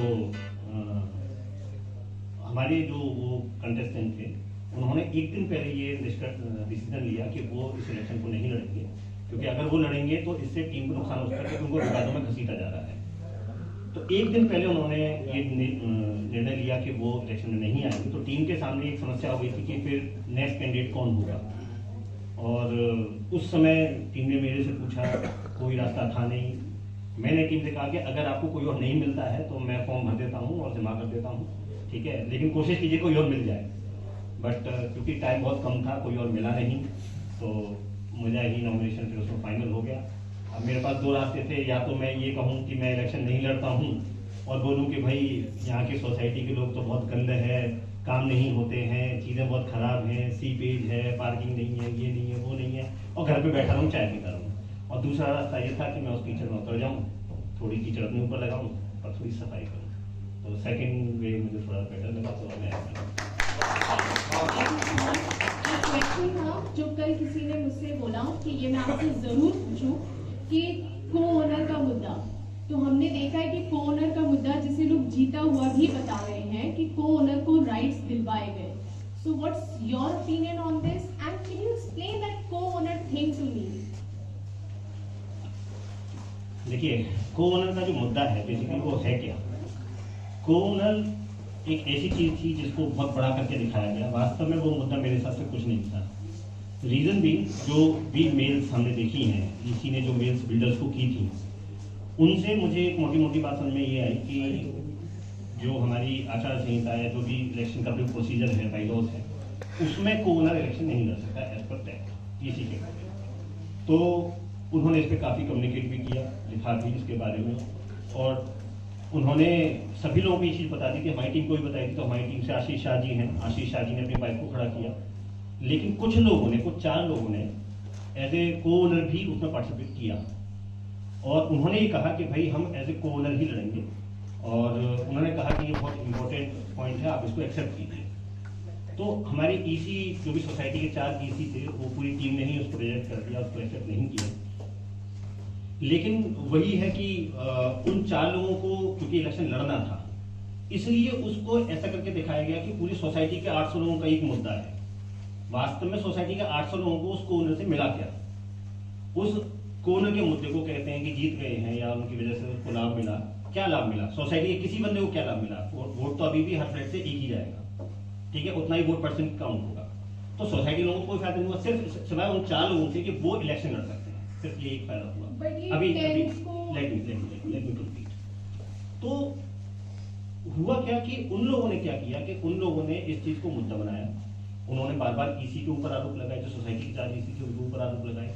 तो ईसी ने एक मीटिंग बुलाई थी, ये बातें शायद सब लोगों को नहीं पता है, इसलिए मैं यहाँ बोलना चाह रहा हूँ कि ईसी ने एक मीटिंग बुलाई थी जिसमें हमारी टीम को दूसरी टीम दोनों को बुलाया था। ये मीटिंग हुई थी शायद 6 तारीख को, और 6 तारीख को मीटिंग में ये हुआ था कि ईसी जो है उन्होंने कहा था कि अगर बिल्डर ये लिख के दे देगा कि जो को ओनर है उसको वोटिंग राइट है, अगर वो ये लिख करके देगा अपनी वोटिंग लिस्ट में, तो हम एक्सेप्ट कर लेंगे, क्योंकि फिर जिम्मेदारी बिल्डर की होगी, हमारी नहीं होगी। वहां पर उस मीटिंग में कुछ लोगों ने ये एश्योर किया था इस चीज को कि भाई हम आपको अगले दिन तक वो लिस्ट ला करके दे देंगे जिसमें को ओनर को एज ए वोटर दिखाया जाएगा। ये बात यहाँ हुई थी। तो जो ईसी थे उन्होंने कहा था कि ठीक है, जो हम नॉमिनेशन की लास्ट डेट है जिसमें हमें रिजेक्ट करने हैं, कैंसिल करने हैं उम्मीदवार, तो वो हम 7 तारीख से बढ़ा करके 8 तारीख करते हैं और 1 दिन 24 घंटे का टाइम दिया उनको। पर बिल्डर की तरफ से जो मेल आई 7 तारीख को, उसमें साफ साफ लिखा हुआ था कि वो कोई चेंज करने वाले नहीं है और को ओनर को उन्होंने एज ए वोटर नहीं दिखाया अपनी लिस्ट में 7 तारीख वाले दिन। तो हमारे ईसी ने फिर 2 दिन और दिए, कहा कि अगर 8 तारीख तक आप नहीं ला पा रहे तो आप 10 तारीख तक ले आइए, और 10 तारीख की शाम को 5 बजे तक का वर्किंग टाइम का जो टाइम होता है उस तक का उनको टाइम दिया गया। और वहां उनसे कहा गया कि आप 2 दिन के अंदर और ला दीजिए वो डॉक्यूमेंट, हम वेट करेंगे, और लिस्ट जारी नहीं की उन्होंने। जब 10 तारीख तक भी कोई डॉक्यूमेंट नहीं आया, तब यहाँ के ईसी ने, चारों ईसी, एक ईसी ने नहीं, चारों ईसी ने सहमति बना करके जो रिजेक्शन वाली लिस्ट थी वो कोर्नर्स की हटा दी, उन चारों कैंडिडेट्स को रिमूव कर दिया इलेक्शन लड़ने से। उनको रिमूव करने से पहले ये भी कहा गया था कि आप चाहें तो अपनी वाइफ को लड़ा लीजिए, दूसरी टीम भी लड़ा रही है, आप भी लड़ा लीजिए, बट उन चारों ने मना कर दिया कि नहीं हम ही लड़ेंगे। तो उन चारों को जब 5 बजे के शाम को और कुछ नहीं आया तो फिर उन्होंने उनको रिजेक्ट कर दिया। जीडीए का एक लेटर आया था जिसके अगेंस्ट में हम लोग गए थे और हमने जीडीए में भी शिकायत की थी उसके लिए, तो वो फिर बाकी कहानी है। लेकिन वास्तव में देखा जाए तो उस कोरोना के मुद्दे से सोसाइटी के लोगों को मेरे हिसाब से कोई फायदा नहीं हुआ, सिवाय उन 4 लोगों के कि वो 4 लोग इलेक्शन लड़ रहे हैं। दिस इज व्हाट आई एक ये सवाल ऑनलाइन मेरे पास आया है व्हाट्सएप से, जो कल इंटरव्यू हम लोगों ने रखा था उसमें, तो इसका भी जवाब मैं इसी वीडियो में ऐड कर देता हूँ क्योंकि ये भी इसी से संबंधित है। क्वेश्चन ये आया है कि अगर हम सभी ने 10 तारीख को जीडीए का आया हुआ लेटर देख लिया था जो सभी व्हाट्सएप ग्रुप पर शेयर किया गया था जिसमें कोरोना को चुनाव लड़ने के लिए मंजूरी थी, तो हमारी टीम ये कैसे कह सकती है कि इससे फ़ायदा नहीं हुआ? और अगर वो 10 तारीख को दूसरी टीम 10 तारीख को लेटर ले आई थी तो फिर हमने इसको माना क्यों नहीं? तो इसका उत्तर ये है कि एक बार तो ये है कि जीडीए का जो लेटर आया था वो जो ईसी ने 3 दिन की समय सीमा बढ़ाई थी, 10 तारीख तक की शाम को 5 बजे तक का समय दिया था, तब तक नहीं आया था। और जब ईसी की पूरी टीम ने नॉमिनेशन लिस्ट निकाल दी थी उसके बाद वो लेटर आया था, यानी डिसीजन होने के बाद आया था, यानी उस लेटर की वैसे तो कोई वैल्यू नहीं। पर अगर एक बार को मान भी लिया जाए कि उस लेटर को मान लेना चाहिए था, तो उस लेटर को आप पढ़िए, उसमें कहीं नहीं लिखा है कि कोनर इलेक्शन लड़ सकता है, कि कोनर कैन फाइट। उसमें सिर्फ इतना लिखा हुआ है कि कोनर कैन वोट। आप उस लेटर में पढ़िए, उसको साफ साफ लिखा हुआ है, उसमें कहीं नहीं लिखा है कि कोनर इलेक्शन लड़ सकता है। उसमें जिस क्लॉज का नंबर दिया है उसमें भी ये लिखा है कि वोट परसेंट के हिसाब से कोनर वोट कर सकता है। पर जो ईमेल बिल्डर ने बनाई उस लेटर का बेस बना करके उसमें उसे लिखा गया कि इलेक्शन राइट मिल गया, और उस लेटर को मिस इंटरप्रेट किया गया। उसी के विरोध में पूरी इसी टीम के सभी 4 इसी सदस्यों ने, जो सोसाइटी की तरफ से थे, उन्होंने रिजाइन दे दिया, इस्तीफा दे दिया, क्योंकि वो लोग गलत जीत का समर्थन नहीं कर रहे थे। जिस मुद्दे पर सोसाइटी की पूरी इसी टीम विरोध में थी, उसी के समर्थन में एक टीम, पूरी टीम थी। अब आप बताएं कि ईसी को सही माना जाए या उस टीम को सही माना जाए जो केवल 4 लोगों के समर्थन के लिए इसको मुद्दा बना रही थी। जबकि उनमें से एक ईसी ने जब अपना इस्तीफा दिया था तो उसने एक लीगल ओपिनियन भी अटैच करके लगाया था अपने इस्तीफे के साथ, और उस लीगल ओपिनियन में साफ साफ लिखा हुआ था कि को-ओनर इलेक्शन नहीं लड़ सकता है। और इसी चीज़ की शिकायत हमारी टीम ने जीडीए में भी की थी, और जीडीए ने 19 तारीख को बिल्डर को हमारी टीम के साथ बुलाया था मीटिंग के लिए। वो लेटर भी हमारे पास है, लेकिन अब उस लेटर को शेयर करने का कोई फ़ायदा नहीं है क्योंकि अब चीज़ें काफ़ी पुरानी हो गई हैं। पर दूसरी टीम बिल्डर के साथ मिलकर पूरे चुनाव को उन 4 लोगों के पक्ष में मोड़ने पर लगे हुए थे, चाहे इसके लिए सोसाइटी की पूरी ईसी टीम ही इस्तीफा क्यों ना दे और सोसाइटी की वॉइस ही क्यों ना ख़त्म हो जाए पूरे चुनाव में। तो ये चीज़ थोड़ा गलत थी और हम लोगों ने इस चीज़ को माना नहीं था।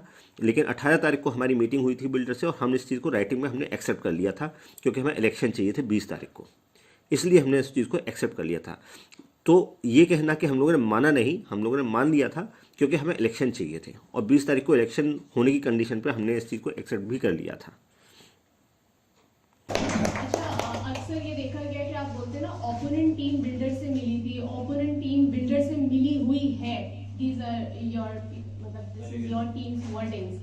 तो मैं आपसे पूछना चाहती हूँ, on record I have this thing कि 17th और 18th को आपकी टीम बिल्डर से मिलने गई थी और आपने खुद व्हाट्सएप ग्रुप पे ये चीजें लिखी है। तो आप भी तो बिल्डर से मिले हुए हो या मिलते हो, तो आप दूसरी की टीम को कैसे बोल सकते हैं? आपने मुझसे कुछ ज़्यादा आसान सवाल नहीं पूछ लिया, मेरे से कुछ स्पेशल टफ सवाल नहीं हो रहे। ये क्वेश्चन लेट मी क्लियर, ये क्वेश्चंस लोगों के हैं। अच्छा ठीक है, देखिए यस हम लोग बिल्डर से मिले थे भाई साहब, बुला लेने के लिए 4-5 भाई साहब। तो हम लोग यस हमारी टीम बिल्डर से मिली थी। हुआ क्या था, मैं थोड़ा सा आपको इंसिडेंट बता देता हूँ। 15 तारीख को बिल्डर की तरफ से एक मेल आई थी, जब हमारी सोसाइटी के चारों ईसी ने रिजाइन कर दिया था, हमारी कोई वॉइस नहीं थी सोसाइटी की, तब बिल्डर का एक सिंगल ईसी बचा था और उस एक ईसी ने 15 तारीख को एक मेल किया था जिसके हिसाब से सारी वोटिंग ऑनलाइन होने वाली थी, ऑफलाइन वोटिंग थी ही नहीं। तो इसके अगेंस्ट में हम लोगों ने जीडीए में चक्कर लगाए, हमने डीएम के यहाँ गए, वहां हमने लेटर्स लगाए कि एक सिंगल ईसी सारे फैसले ले रहा है, मनमाने फैसले ले रहा है और ये गलत है। को-ओनर भी इलेक्शन लड़ रहा है, को-ओनर भी इलेक्शन लड़ रहा है और एक सिंगल ईसी सारे फैसले ले रहा है, सोसाइटी की कोई वॉइस ही नहीं है। तो हमने जब वहाँ कंप्लेंट की तो जीडीए ने हमें एक लेटर दिया। जीडीए ने हमें मतलब सोसाइटी के लोगों को और बिल्डर को 19 तारीख को 19 दिसंबर को मिलने के लिए बुलाया कि बिल्डर भी आए यहाँ पर सारे डॉक्यूमेंट्स लेकर के और आप भी आइए, हम बिल्डर से बात करते हैं कि कैसे उसने को-ओनर को फाइट करने के लिए एक्सेप्ट कर लिया और उन्होंने बिल्डर को अप्रोच किया इसके लिए। हमारे पास जब ये लेटर मिल गया तो अब तो खैर बात बीती हुई है तो उस लेटर की कोई जरूरत नहीं है, लेकिन जब लोगों को पता चल गया कि ये लोग जीडीए में कंप्लेंट करके आए और जीडीए से कॉल गई है, तो 17 तारीख को हमसे ये कहा गया कि आप बिल्डर से मिलिए, बिल्डर आपसे कुछ बात करना चाह रहा है, वो आपकी बात समझना चाह रहा है कि आप क्या कह रहे हैं। तो हमारे यहाँ के कुछ सदस्य 17 तारीख को बिल्डर से मिलने गए क्योंकि हम सारी देखना चाहते थे कि कहाँ क्या कोई लूप होल्स तो नहीं है, हम कुछ गलत तो नहीं कर रहे हैं। तो हम लोग हमारे कुछ लोग वहाँ मिलने गए। तो जब हमारे लोग वहाँ 17 तारीख को मिलने गए, अच्छा, तो वहाँ पर उन्होंने ये कंडीशन रखी कि आप जो ईसी जिनके रेजिग्नेशन एक्सेप्ट नहीं हुए उनको भी लेकर के आइए और हम उनसे बैठ करके बात करेंगे, फिर कंसेंसस बनाएंगे कि क्या हो सकता है क्या नहीं हो सकता है, ऑफलाइन वोटिंग पे क्या हो सकता है, ऑनलाइन वोटिंग पे क्या हो सकता है, को-ओनर पे क्या हो सकता है, आप उनको बुला कर रखेंगे। तो यहाँ से हमारी टीम में कुछ लोग गए, ईसीज गए, वहां जाकर के हम लोगों ने ये कंडीशन रखी कि सर हमारी सोसाइटी के 4 ईसी ने चारों ने रिजाइन दे दिया है, तो हमारी सोसाइटी के आज की डेट में आपके पास कोई वॉइस नहीं है, हम अपनी बात आपके सामने कैसे रखें, तो हमारा कोई ईसी नहीं है। तो हमारी पहली कंडीशन ये है कि आप हमारे ईसी को इन कीजिए सो दैट आपका सिंगल ईसी जो है वो सारे फैसले ना ले। तो वहां से काउंटर प्रपोजल ये आया कि हम आपके ईसी को इन कर लेते हैं, लेकिन हम कंडीशन ये रखते हैं कि आप को-ओनर को एक्सेप्ट कर लीजिए। ये उन्होंने कंडीशन रखी और बोले कि हम ऑफलाइन वोटिंग भी एक्सेप्ट कर लेंगे आपकी, लेकिन आप ऑनलाइन वोटिंग को भी एक्सेप्ट कीजिए तो हम आपके ईसी को इन कर लेंगे। ये कंडीशन हमें रखी गई। हम लोगों ने, क्योंकि सोसाइटी की वॉइस होनी बहुत जरूरी है इलेक्शन में जब वोटिंग होती है उसके लिए, तो हम लोगों ने उसको एक्सेप्ट किया और एक डॉक्यूमेंट वहां बना, उस पर सभी लोगों ने साइन की, बिल्डर की तरफ से भी साइन थे, हमारी तरफ से भी साइन थे, ईसी की तरफ से भी साइन थे और को-ओनर को हमने एक्सेप्ट किया 18 तारीख को और हमने ऑनलाइन वोटिंग भी एक्सेप्ट की, ऑफलाइन वोटिंग भी एक्सेप्ट की, ई-बिलेट के थ्रू वोटिंग हुई थी और हमने ये एश्योर किया कि वोटिंग जो है वो 20 तारीख को हो जाएगी। ये एश्योर करके हम 18 तारीख को वहां से निकल के आए। 19 तारीख को यहां से कुछ लोग वहां गए और उन्होंने वहां ये बात रखी कि 20 तारीख को वोटिंग नहीं होनी चाहिए। अब मोटी मोटी बात ये समझने की है कि हम लोग अगर बिल्डर से मिलकर के आ रहे हैं तो वहां से हम जो लेटर लेके के आ रहे हैं उसका मतलब ये है कि 20 तारीख को वोटिंग होगी 100%। ऑनलाइन वोटिंग भी होगी, ऑफलाइन वोटिंग भी होगी, हमारा ईसी भी रहेगा और सब तरीके से काम होगा। हम तो ये करा के लाए और 19 तारीख को जब वो लोग गए तो 20 को इलेक्शन वोटिंग कैंसिल हो गई। अब आप मुझे ये बताइए कि अगर 20 को वोटिंग कैंसिल हो रही है तो इसमें किसका फायदा है? क्या मुझे इस चीज पे खुश होना चाहिए कि भाई 20 को वोटिंग कैंसिल हो गई, जिस चीज को हम करा करके लाए थे? बिल्डर से मिलना ना मिलना इंपॉर्टेंट नहीं है, बिल्डर से आप क्या निकलवा करके लाए वो इंपॉर्टेंट है। हम लोग निकलवा करके लाए थे कि 20 को वोटिंग हो, वो लोग निकलवा के लाए थे 20 को वोटिंग ना हो। 20 को वोटिंग नहीं हुई, आप सोचिए 1.5 साल से लोग यहाँ मेहनत कर रहे थे, 1.5 साल से चारों ईसी 1.5 साल से मेहनत कर रहे थे यहाँ पर। यहाँ पे इतने लोगों ने जीबीएम जब बुलाई थी, आप पूछिए जो लोग जीबीएम में आए थे कितने लोगों ने फोन किए थे यहाँ से, दिन दिन बैठ करके यहाँ से फोन गए लोगों के पास, कितनी मेहनत लगी थी उस चीज में, लोग कहां से आए थे जीबीएम के लिए। और 20 तारीख को वोटिंग के लिए कोई फ्लाइट से आ रहा था, कोई ट्रेन से आ रहा था, कहां से लोग आए हुए थे कि 20 को वोटिंग है, 20 को वोटिंग, कितना उत्साह था लोगों में। वो सारा 24 घंटे के अंदर चूरन कर दिया कुछ लोगों ने। तो उस चीज पे नेचुरली वो खुश होने वाली बात नहीं थी, लेकिन बिल्डर से कोई क्या निकलवा करके ला रहा है, दैट इज इंपॉर्टेंट। तो अगर वो बिल्डर से मिलते, हम कहते हैं कि वो बिल्डर के एजेंट हैं या बिल्डर से मिले हुए हैं, तो हम ये ऐसे नहीं कर रहे हैं। हम जो चीज लेकर के आते हैं पॉजिटिव चीज लेकर के आते हैं, वो चीज जो लेकर के आए वो नेगेटिव लेकर। आज की डेट में 1 तारीख को हम लोग यहाँ बैठे, 1 जनवरी को हमारे पास एओ नहीं है, 21 तारीख को हमारे पास एओ हो सकती थी, जो आज की डेट में हमारे पास नहीं है। रीजन वो 19 तारीख की मीटिंग थी, इसलिए हम ऐसा बोलते हैं। और जिस दिन वो कैंसिल हुई, मजेदार बात देखिए, 15 मिनट के अंदर न्यू ईयर पार्टी का मैसेज आ गया था, यानी दूसरी टीम को इस बात की कोई चिंता नहीं थी कि वोटिंग होती है नहीं होती है। तो हमें कहने में प्यार है इस चीज। तो आप इतने नाखुश हो गए कि मुर्दाबाद के नारे लग गए शाम के टाइम, मतलब इतने नाखुश हो गए कि सोसाइटी के लोगों के खिलाफ ही नीचे नारे लगे। तो आपको नहीं लगता ये थोड़ा सामाजिक सौहार्द को खराब करने वाला था जो हुआ उस दिन? देखिए, आपने तो एक लाइन में क्वेश्चन पूछ लिया कि आपने मुर्दाबाद के नारे लगाए, और ज्यादातर लोग मेरे ख्याल से यही समझते होंगे कि हम लोगों ने मुर्दाबाद के नारे लगाए। लेकिन क्या होता है कि कई चीजें ना फैक्चुअली गलत होती है। कई लोगों को, जो लोग नहीं जानते हैं चीजों को, जिन लोगों को नहीं पता है, उनको भ्रमित करना बड़ा आसान होता है। जैसे एक कैंडिडेट ने, एक प्रत्याशी ने लिखा व्हाट्सएप ग्रुप पे कि सोसाइटी में मुर्दाबाद के नारे लगाए गए। मैं आपको बताता हूँ कि उस दिन एक भी मुर्दाबाद का नारा नहीं लगा। उस दिन 2 नारे लगे थे, बिल्डर के एजेंट हाय है, दूसरा नारा था बिल्डर के एजेंट को वोट नहीं, वोट नहीं। इसमें कोई मुर्दाबाद का नारा किसी के लिए नहीं लगाया गया था। जो लोग वहां थे, आप किसी से पूछ सकते हैं, किसी का वीडियो रिकॉर्डिंग हो आप उसको सुन सकते हैं, कोई नारा नहीं लगा था मुर्दाबाद का। पहली चीज। दूसरी चीज, हम लोगों ने वो जो नारेबाजी की थी या जो भी एग्रेशन हमने उस दिन दिखाया था, हम लोग, आपका क्वेश्चन क्या था सर? मुर्दाबाद के नारे। सामाजिक सौहार्द को खराब कर। हम लोगों को ये पता था कि 19 तारीख को कौन कौन लोग वहां मीटिंग में गए थे। हमको सब पता था कि कौन कौन लोग आ गए हैं, किस किस ने वहां हंगामा किया। हम चाहते तो लोगों के नाम ले सकते थे, हमने एक आदमी का नाम नहीं लिया उस नारेबाजी में जो भी हुई थी। हम लोगों ने वहां सिर्फ 2 ही नारे लगाए, बिल्डर के एजेंट आया है, बिल्डर के एजेंट को वोट है। अब जो बिल्डर का एजेंट हो उसको बुरा लगे, जो बिल्डर का एजेंट है ही नहीं उसको बुरा क्यों लगेगा? अगर किसी को बुरा लगता है। उसके बाद 20 तारीख को मीटिंग हुई। जितना मैं आपको पर्सनली जानती हूँ, उतना आप शास्त्र ज्ञान की ज्ञाता, गीता का अध्ययन करने वाले और दूसरों को सिखाने वाले भी।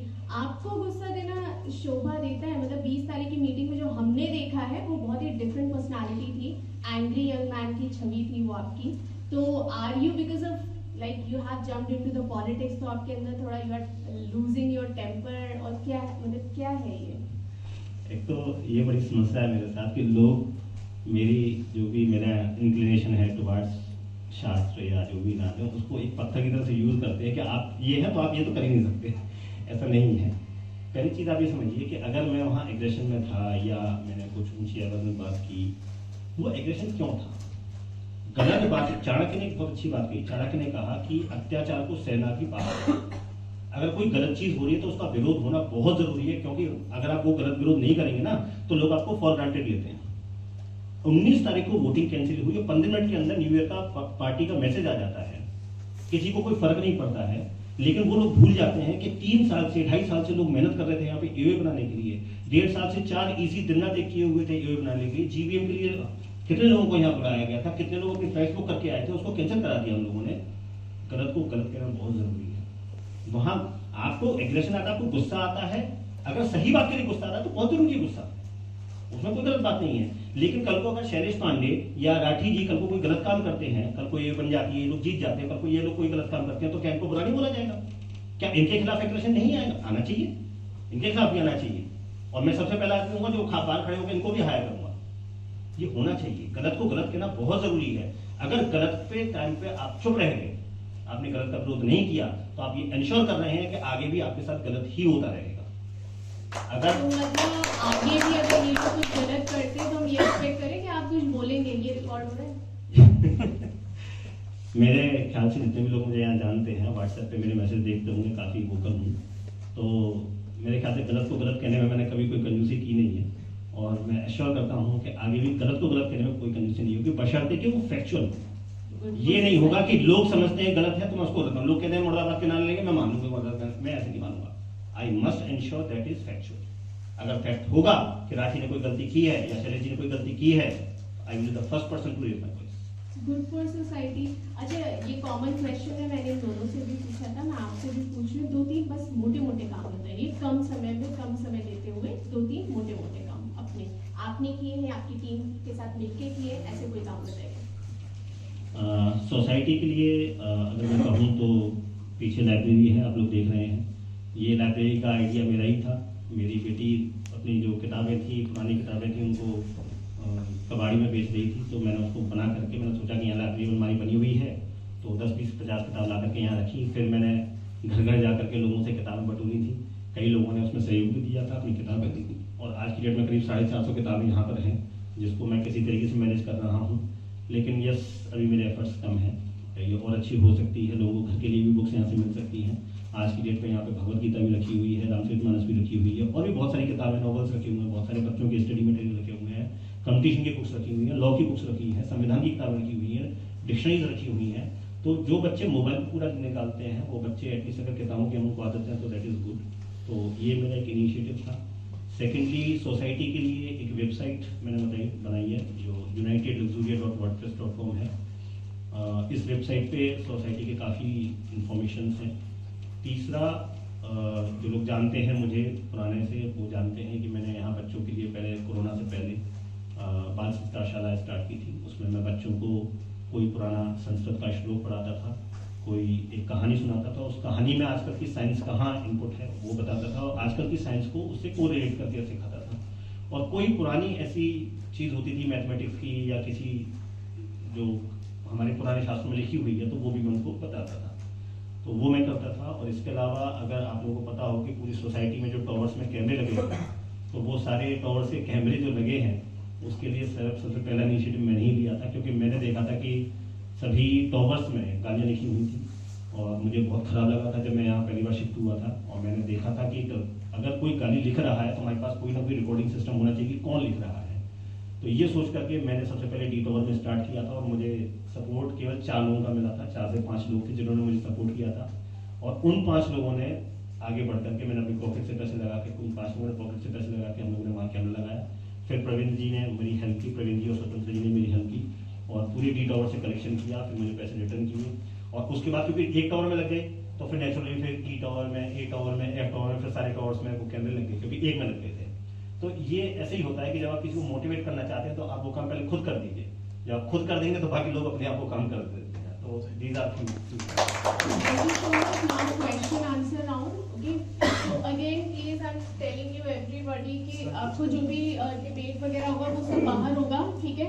अभी जो क्वेश्चन है, 3 क्वेश्चन पांडे जी से पूछने हैं, एंड देन 3 क्वेश्चन अभिनंदन शर्मा जी से पूछना, उसके बाद हम इसे खत्म कर देंगे। उसके बाद भी अगर कोई क्वेश्चन रह जाते हैं, आप प्लीज बाहर जाके करिए, कंटिन्यू करिए अपना।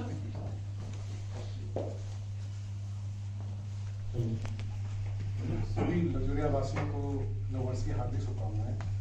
जैसा कि मैडम ने पहले ही काफ़ी डिस्कशन डाल दी है, और मेरा जो स्वभाव है थोड़ा सा विवाद सा है, और क्वेश्चन भी मेरे विवाद से होंगे, लड़ाके वाले नहीं होंगे। और जो मैं क्वेश्चन यहाँ पर पूछ रहा हूँ, मैं एक टीम के इंक्लाइंड होकर नहीं पूछ रहा हूँ, एक आम वोटर की भांति पूछ रहा हूँ। और सबसे पहले जो यहाँ 3 बंधु हमारे बैठे हुए हैं, राठी जी, शैलेश जी और अभिनंदन जी, क्योंकि एक शब्द से अगर मैं इनको बयान करूँ तो विनीत राठी जी का जोश है, शैलेश भाई का होश है, और अभिनंदन जी के संस्कार है। तो हमारे 3 बंधु यहाँ पर हैं, और एक टीम में अगर ऐसे लोग होंगे तो डेफिनेटली क्या चीज वो निकल के आएगी सब इसको जान सकते हैं।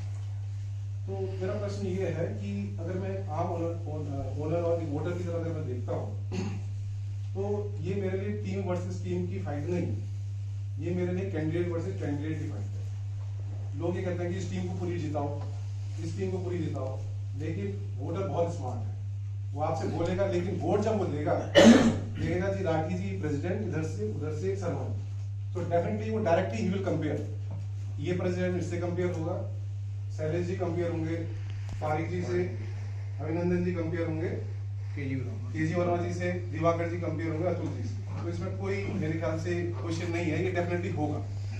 और जैसा कि आपने पहले ही अपनी टीम घोषित कर दी, हमारा राठी जी प्रेसिडेंट, शैलेश जी, अभिनंदन जी और राठी जी, और दूसरी टीम का प्रादुर्भाव जो हुआ कुछ टाइम बाद हुआ, तो डेफिनेटली उनको एक पॉजिटिव हैंड मिला कि अगर ये अध्यक्ष है तो अब मैं किसको अध्यक्ष बनाऊं कि वो उसको फाइट कर सके।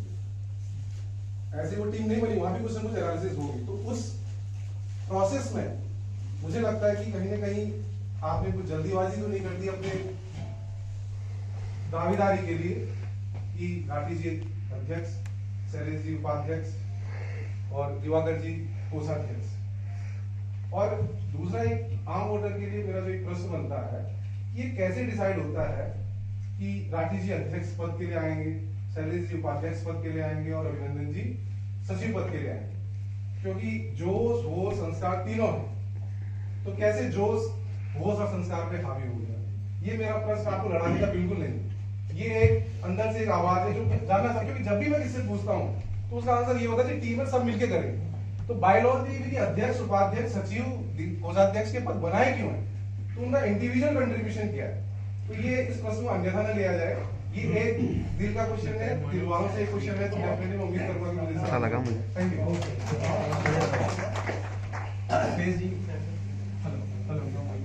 हेलो भूपेश जी, बहुत अच्छा क्वेश्चन किया आपने।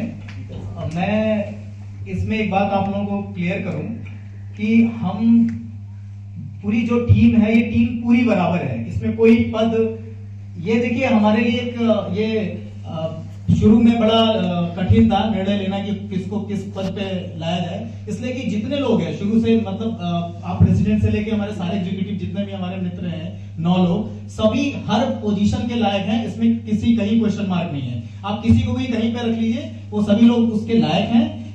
मजबूरी हमारी ये थी कि हमें कहीं, चूंकि हमें एक पद लेना था सभी को, तो किसी न किसी पद पे हमें सबको रखना था। तो हमारे यहाँ राठी जी जो थे, वो चूंकि इस लायक, इस नॉलेज था उनको पूरी सोसाइटी के बारे में, कंस्ट्रक्शन के बारे में, एमईपी के वो एक्सपर्ट थे, तो हमने कोशिश ये करी कि वो इनको नेगोशिएशन, उस फील्ड का नेगोशिएशन भी इनके पास था, क्षमता थी, तो हमने कोशिश करी कि वहां उनको रखा जाए। फिर उसके बाद हमारा नंबर आया, तो हमने भी सोसाइटी में बहुत सारे काम किए, सभी ने किए हैं। तो हमारी जो ये पूरी टीम बनी, ये टीम में कहीं भी ऐसा कुछ भी नहीं था कि किसको ऊपर रखना या नीचे रखना, एक सभी के सामंजस्य के साथ, क्योंकि सभी लोग उस लायक थे, तो इसलिए हमने एक टीम बना दी। बाकी आप नहीं, मेरे को तो बस इन्होंने एज आई सेड कि लास्ट मोमेंट पे आया था, और सेक्रेटरी का जो काम होता है, सेक्रेटरी का काम होता है खाता वही रखना, कि इन्होंने मीटिंग करी, क्या मिनट्स ऑफ मीटिंग्स हैं, क्या इन्होंने बात की, क्या क्या रिपोर्ट हुई, डॉक्यूमेंटेशन रखना, तो वो काम मैं ऑलरेडी कर ही रहा हूँ, कागज पत्र रखता हूँ, हिसाब किताब रखता हूँ लोगों का, तो इसलिए रख दिया। ऐसा कुछ नहीं है, कोई भी कहीं भी आ सकता है, किसी ना किसी को तो चूज करना ही था, इन लोगों ने इंटरेस्ट शो किया तो हम लोगों ने रख दिया। बट मेरा एक निवेदन है, जो भी क्वेश्चंस करें आप लोग कृपया क्वेश्चन से पहले उसकी भूमिका ना बनाएं, क्योंकि हम थोड़ा डर रहे हैं उससे। आप सीधे क्वेश्चन पूछें तो मुझे थोड़ी ये बस एक सम्मान था आप लोगों के लिए। हाँ ठीक है, लेकिन आप भूमिका बनाते ना कि थोड़ा लगता है कि मैं वोटर हूँ, मेरा ये तो थोड़ा सा लगता है क्या निकल के आ रहे हो, आगे पता नहीं। एक्चुअली एक तरीका बहुत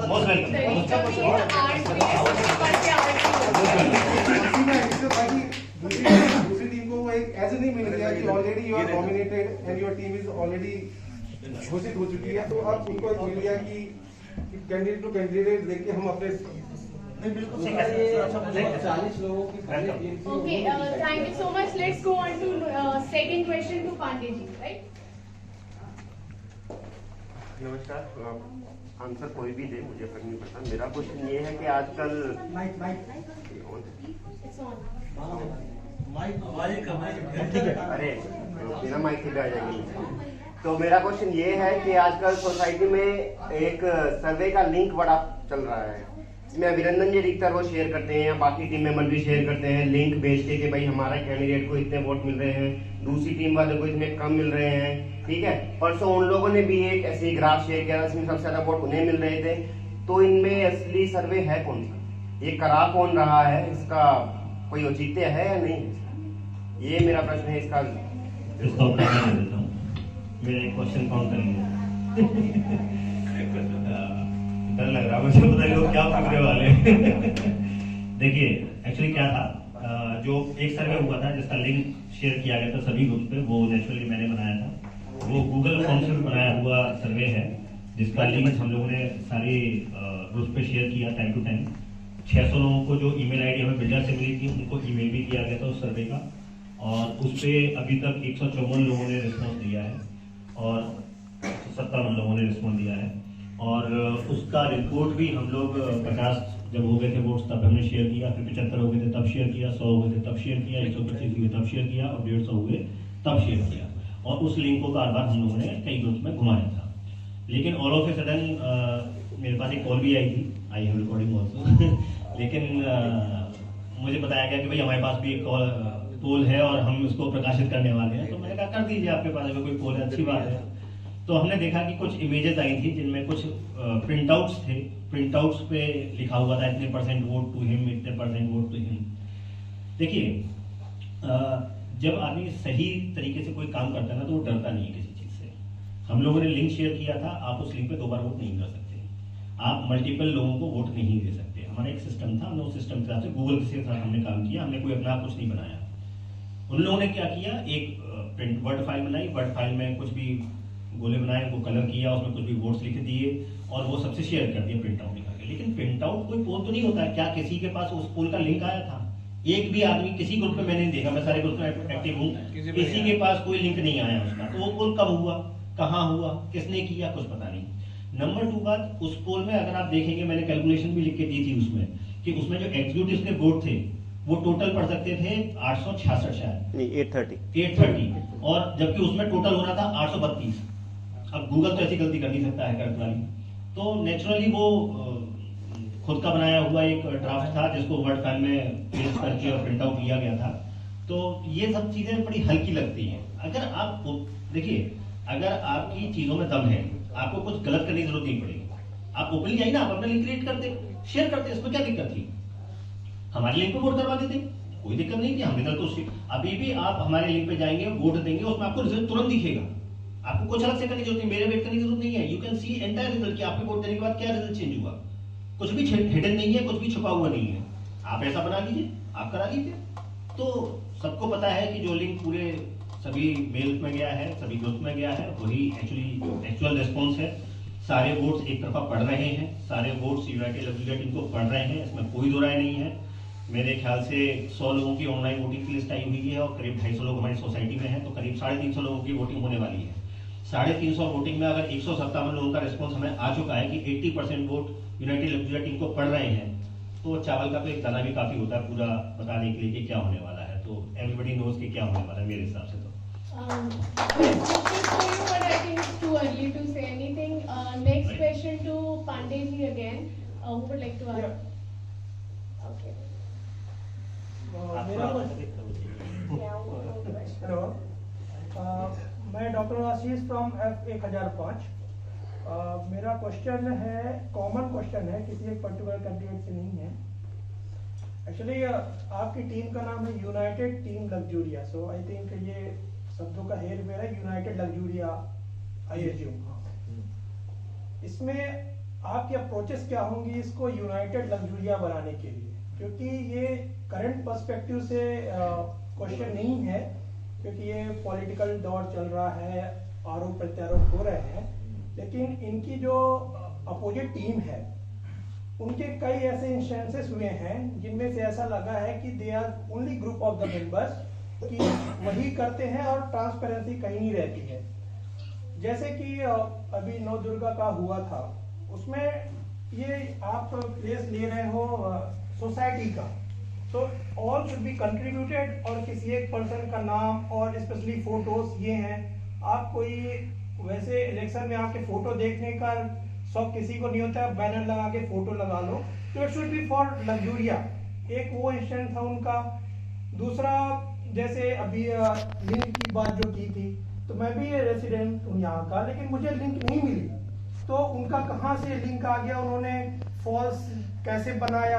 तो ये सब जो चीजें चल रही हैं दूसरे टीम से या कि जो रेसिडेंट अलग कर रहे हैं, तो आप जीतते हैं तो आपका क्या अप्रोच होगा कि सभी लग्जूरिया वासियों को यूनाइटेड रखें। इसका फॉलोअप क्वेश्चन ये है, मेन क्वेश्चन, सपोज यदि कोई मेंटेनेंस नहीं देता है, आप जैसे आप मुझे 100% श्योर है आपके एक्टिविटी से, आपने जो मैनिफेस्टो बनाया है उनमें से आप बहुत सारी चीजें हैं जो रिक्वायर्ड हैं इस सोसाइटी के लिए, वो आप करेंगे।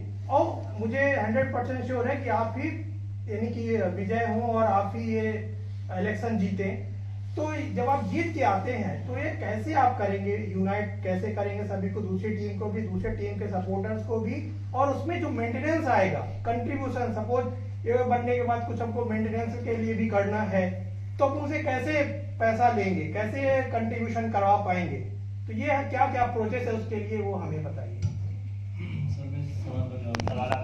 Yeah, but I would agree with this question. I want to add on कि ये listen candidates की ये ना बहुत जरूरी है कि आप यूनाइटेड कैसे रखोगे, क्योंकि अभी बहुत चीजें ऐसी हो चुकी हैं, वो 9 लोग एकदम अलग हो गए, आप 9 लोग एकदम अलग हो गए, और शायद स्कोप ही नहीं छोड़ रहे। कहते हैं ना, दुश्मनी में भी एक स्कोप छोड़ना चाहिए कि नेक्स्ट टाइम अगर कभी फ्रेंडशिप हो जाए तो कम से कम मुंह क्यों दिखा सको एक दूसरे को।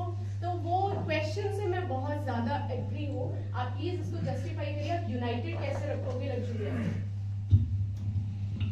कॉमन क्वेश्चन है तो आंसर मैं दे देता हूँ। मेरा दूसरा क्वेश्चन नोट कर लिया जाए, क्योंकि जिस तरीके से डिटेलिंग में क्वेश्चन पूछे जा रहे हैं, भूमिका बना करके मुझे सच में थोड़ा सा प्रेशर फील हो रहा है। नहीं, ये फाउंडेशन है, ये फाउंडेशन है। नहीं, टाइम ड्यूरेशन का तो खैर रेस्पेक्ट करना पड़ेगा हमें। एनीवे, ये जितने भी चुनावी उठापटक है मेरे हिसाब से, ठीक है, आरोप प्रत्यारोप है, एक टीम दूसरी टीम से कह रही है, दूसरी टीम एक टीम से कह रही है, but somewhere we know each other. मेरी किसी भी अपोनेंट से कोई पर्सनल रंजिश नहीं है, उनकी भी नहीं है, और मैं समझता हूँ किसी की भी नहीं है। ये सिर्फ चुनाव तक जितनी भी खींचतान है ये होगी। उसके बाद मैं आपको एश्योर कर रहा हूँ 3 तारीख की रात को रिजल्ट अनाउंस होंगे। अगर हमारी टीम जीती तो जो भी नेक्स्ट सैटरडे संडे आएगा उसमें यहाँ बाहर ग्राउंड पे टी पार्टी रखी जाएगी, दूसरी टीम को घर जाकर के इन्वाइट किया जाएगा, बुलाया जाएगा, और उनसे सारे गिले शिकवे खत्म किए जाएंगे, उनसे सॉरी बोला जाएगा। हमारी टीम से अगर कोई गलती हुई है, कोई बात उनको बुरी लगी है, हम सॉरी बोलेंगे। हम उनसे एक्सपेक्ट नहीं करते कि वो भी सॉरी बोले, हम बोलेंगे, ठीक है। और हम उनसे निवेदन भी करेंगे कि सर आपका हेल्प चाहिए होगी, और आपके जितने सपोर्ट है, देखिए जब प्रधानमंत्री बनता है तो पूरे देश का होता है, वो किसी ऐसा नहीं होता कि जिसने कांग्रेस वोट किया उसका प्रधानमंत्री नहीं होगा, उसका भी प्रधानमंत्री होगा।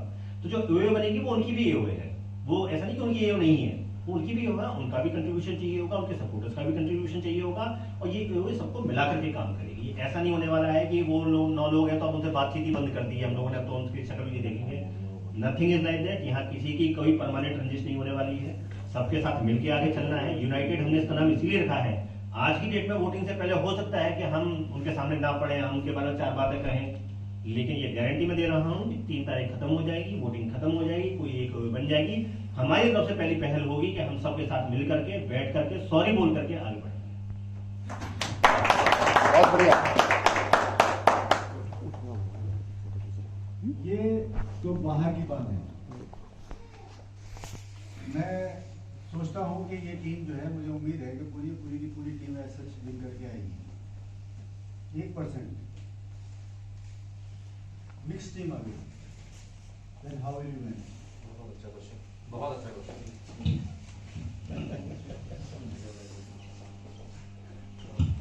ये ब्रह्मास्त्र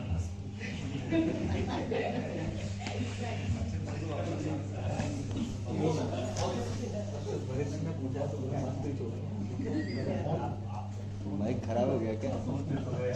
ब्रह्मास्त्र आया है। नहीं, देखिए ये पॉजिटिव उसमें जा रहा है। आप अगर इसका रीजनेबल जवाब देंगे, बढ़िया जवाब देंगे, कन्विंस करेंगे, तो यू विल डेफिनेटली विन। देखिए सर, नो डाउट मेरे ख्याल से ये अभी तक का सबसे टफेस्ट क्वेश्चन है जो हमारी तरफ फेंका गया है, और मैं कोशिश करता हूँ कि मैं मन में जो चल रहा है वो मैं आप लोगों के सामने रखने की कोशिश करता हूँ। हो सकता है आपके लिए सर, मेरे लिए थोड़ा सा मुश्किल है नेचुरली। देखिए मैं जो समझता हूँ, हालांकि जब भी दो पॉलिटिक्स में जब भी दो पार्टीज के बीच में इलेक्शन होता है तो वोटिंग जो होती है हमेशा एक वन साइडेड होती है। अगर 3 पार्टी होती है तो वो डिवाइड होता है, ऐसा मुझे लगता है। 2 पार्टी होंगी तो वन साइडेड होगा और एक टीम जीतेगी एक टीम हारेगी, ऐसा लगता है। बट जैसा सर ने कहा कि 1% अगर ऐसा हुआ कि कुछ लोग दूसरी टीम के भी आए और कुछ लोग हमारी टीम के भी आए, देखिए सर, जैसे राठी जी ने फीस कम कराने के लिए एक पहल की थी, इनको नहीं पता था फीस कम होगी या नहीं होगी, मीटिंग्स के दौर चले लेकिन हुई। ऐसे ही अगर दूसरी टीम से भी कोई आता है, हमारे किसी से कोई पर्सनल रजिस्टर है, जब साथ काम करना है तो कंधे से कंधे टकराने पड़ेंगे। हम उनसे साथ सॉरी बोलेंगे, वो हमसे सॉरी बोलेंगे, ना भी बोलेंगे तो भी हमें काम तो करना है। बस ये है कि थोड़ी जैसे सेंट्रल गवर्नमेंट और दिल्ली गवर्नमेंट में होता रहता है खींचतान, वैसे थोड़ा लंबा खींचेगा लेकिन काम तो होगा। काम सोसाइटी के लिए काम करना है, कोई हमारा पर्सनल काम तो होना नहीं है, ठीक है। और ना ही हम कोई पर्सनल यहाँ पे कोई बेनिफिट लेने वाले हैं, ना उनको कोई सैलरी मिलने वाली, ना हमको कोई सैलरी मिलने वाली है। बस इससे एक फायदा जरूर होगा, अगर हमारा कोई काम गलत तरीके से होगा तो वो उस पर चेक एंड मेट होंगे, वो लोग अगर कोई गलत स्टेप लेंगे तो हम उस पर चेक एंड मेट होंगे। ये एक अच्छी पॉजिटिव आउटपुट इससे आ सकता है। लेकिन यस, इससे कामों में डिले जरूर होगा।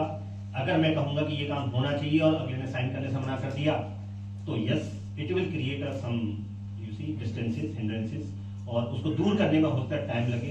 तो ये अब सोसाइटी के लोगों को देखना है कि किस तरीके से वोटिंग करनी है। हमारी कोशिश तो ये है कि जो भी जीतेगा, अगर शादी की जगह कल को कोई और जीत गया तो नेचुरली मेरे को तो काम उसके साथ करना ही है। मैं ये नहीं कहूँगा कि मैं काम नहीं कर सकता, ये बनाइए तो क्या होगा, ऐसा नहीं कर सकता हूँ मैं। अगर ऐसा करना है तो फिर मैं रिजाइन दे दूंगा, बेटर आप अपने पर्सन के साथ टाइम काम कर लो। लेकिन अगर काम करना है तो मिल बैठ के काम होगा, मीटिंग्स होंगी, मीटिंग्स के दौर में कन्विंसिंग होगी, कन्विंसिंग के बाद उस काम को किया जाएगा। और ये सोसाइटी के लोगों को डिसाइड करना है कि उनको वोटिंग किस हिसाब से करनी है, मिक्स करनी है या वन साइडेड करनी है। That is up to you people. Voter ही राजा होता है, हम लोग तो सिर्फ खड़े हुए प्यादे हैं, चलाना आप लोगों का। एक पार्टी सरकार फैसले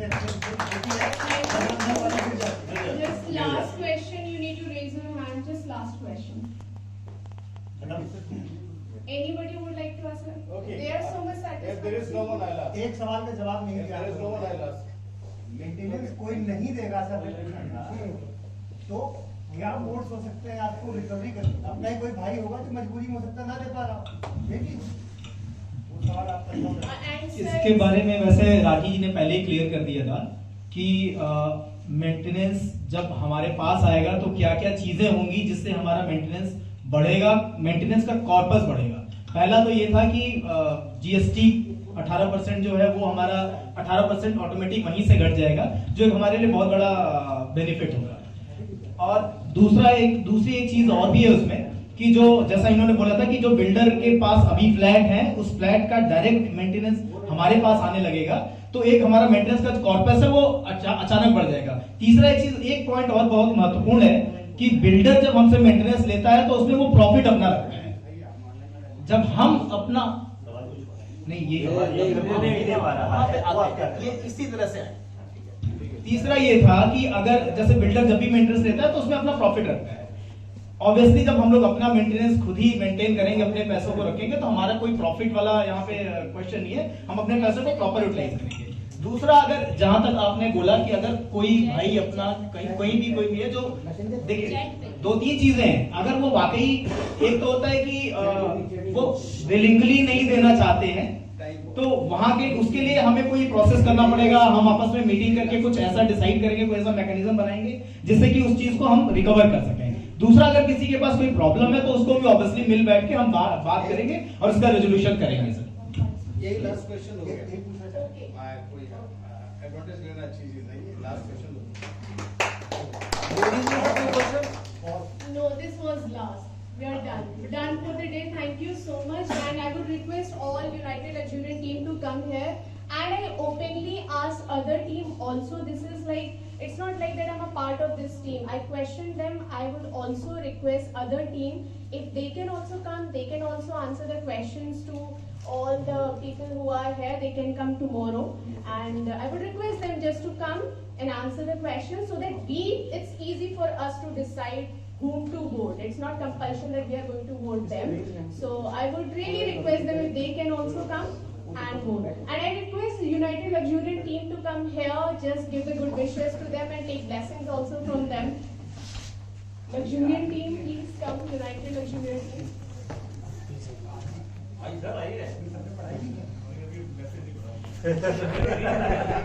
A big clap for them.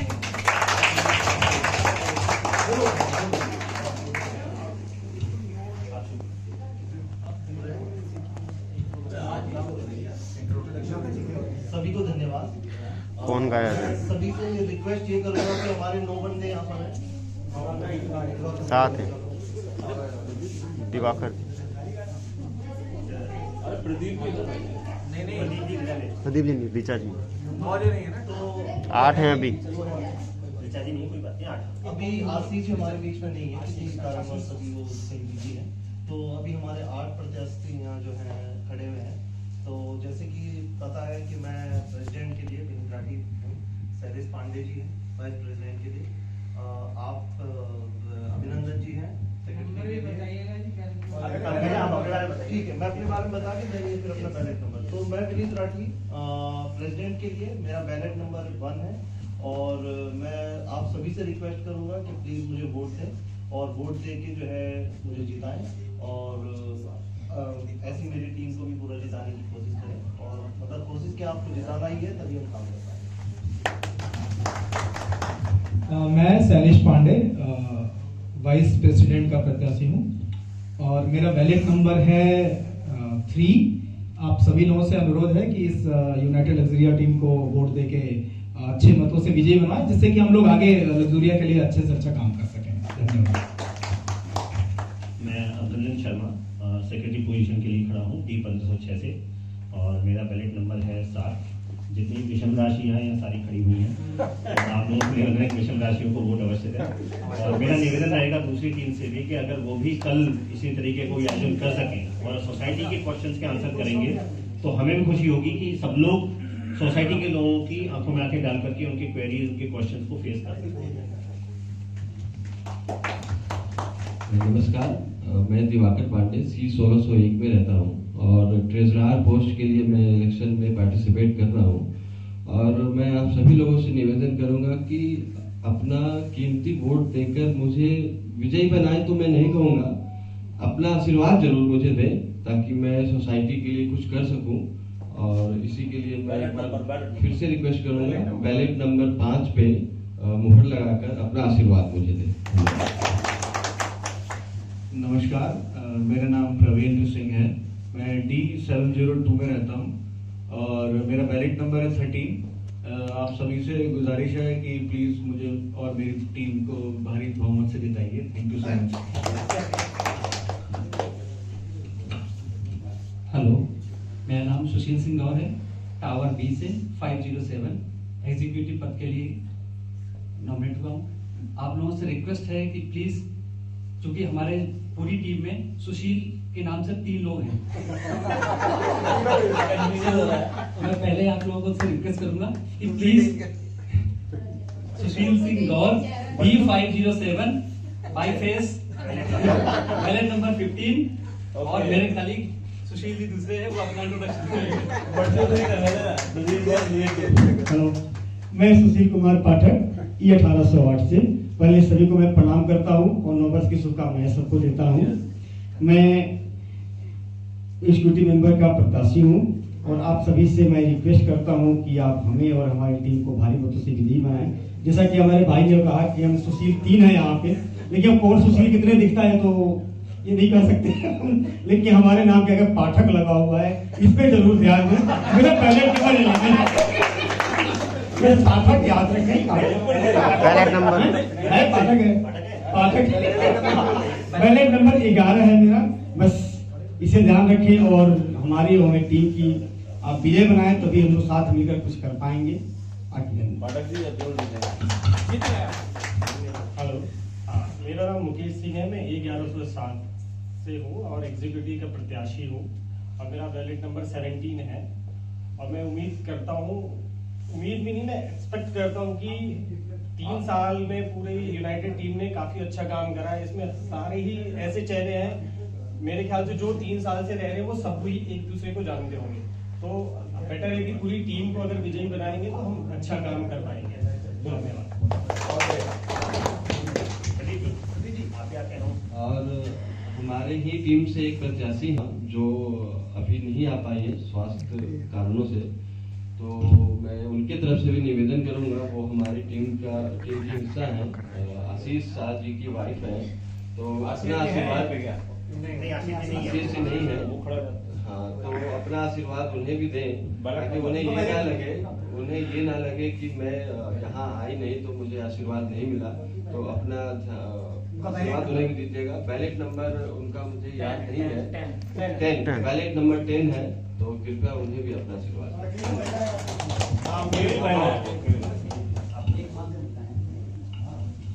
नमस्कार सभी को, मेरा नाम प्रदीप है, Pradeep Kumar, flat number F1105।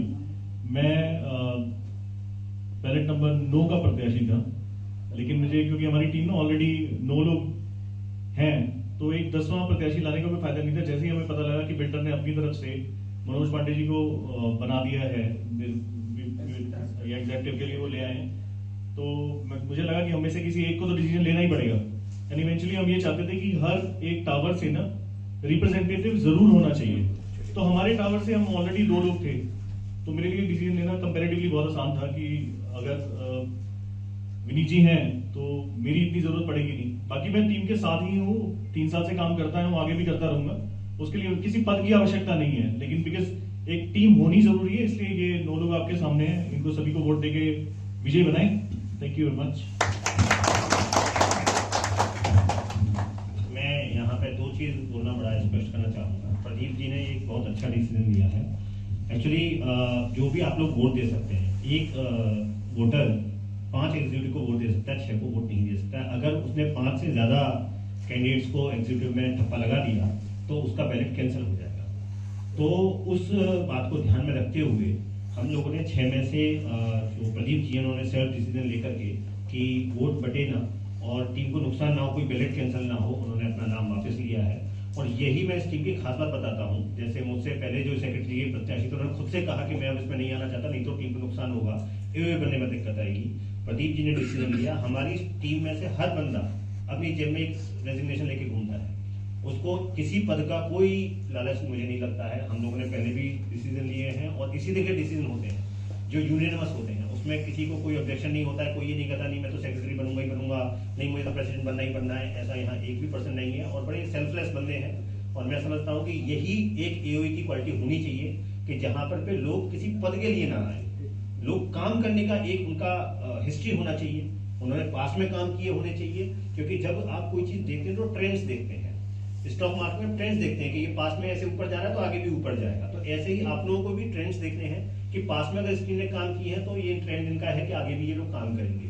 तो आप लोग यही देखें कि किस टीम में कैसे लोग हैं, कौन पद के लिए लड़ रहा है, कौन बिना पद के लिए लड़ रहा है। और प्रदीप जी का मैं इसलिए धन्यवाद देना चाहूंगा कि उन्होंने स्थिति को और सपोर्टर्स के लिए स्पष्ट कर दिया।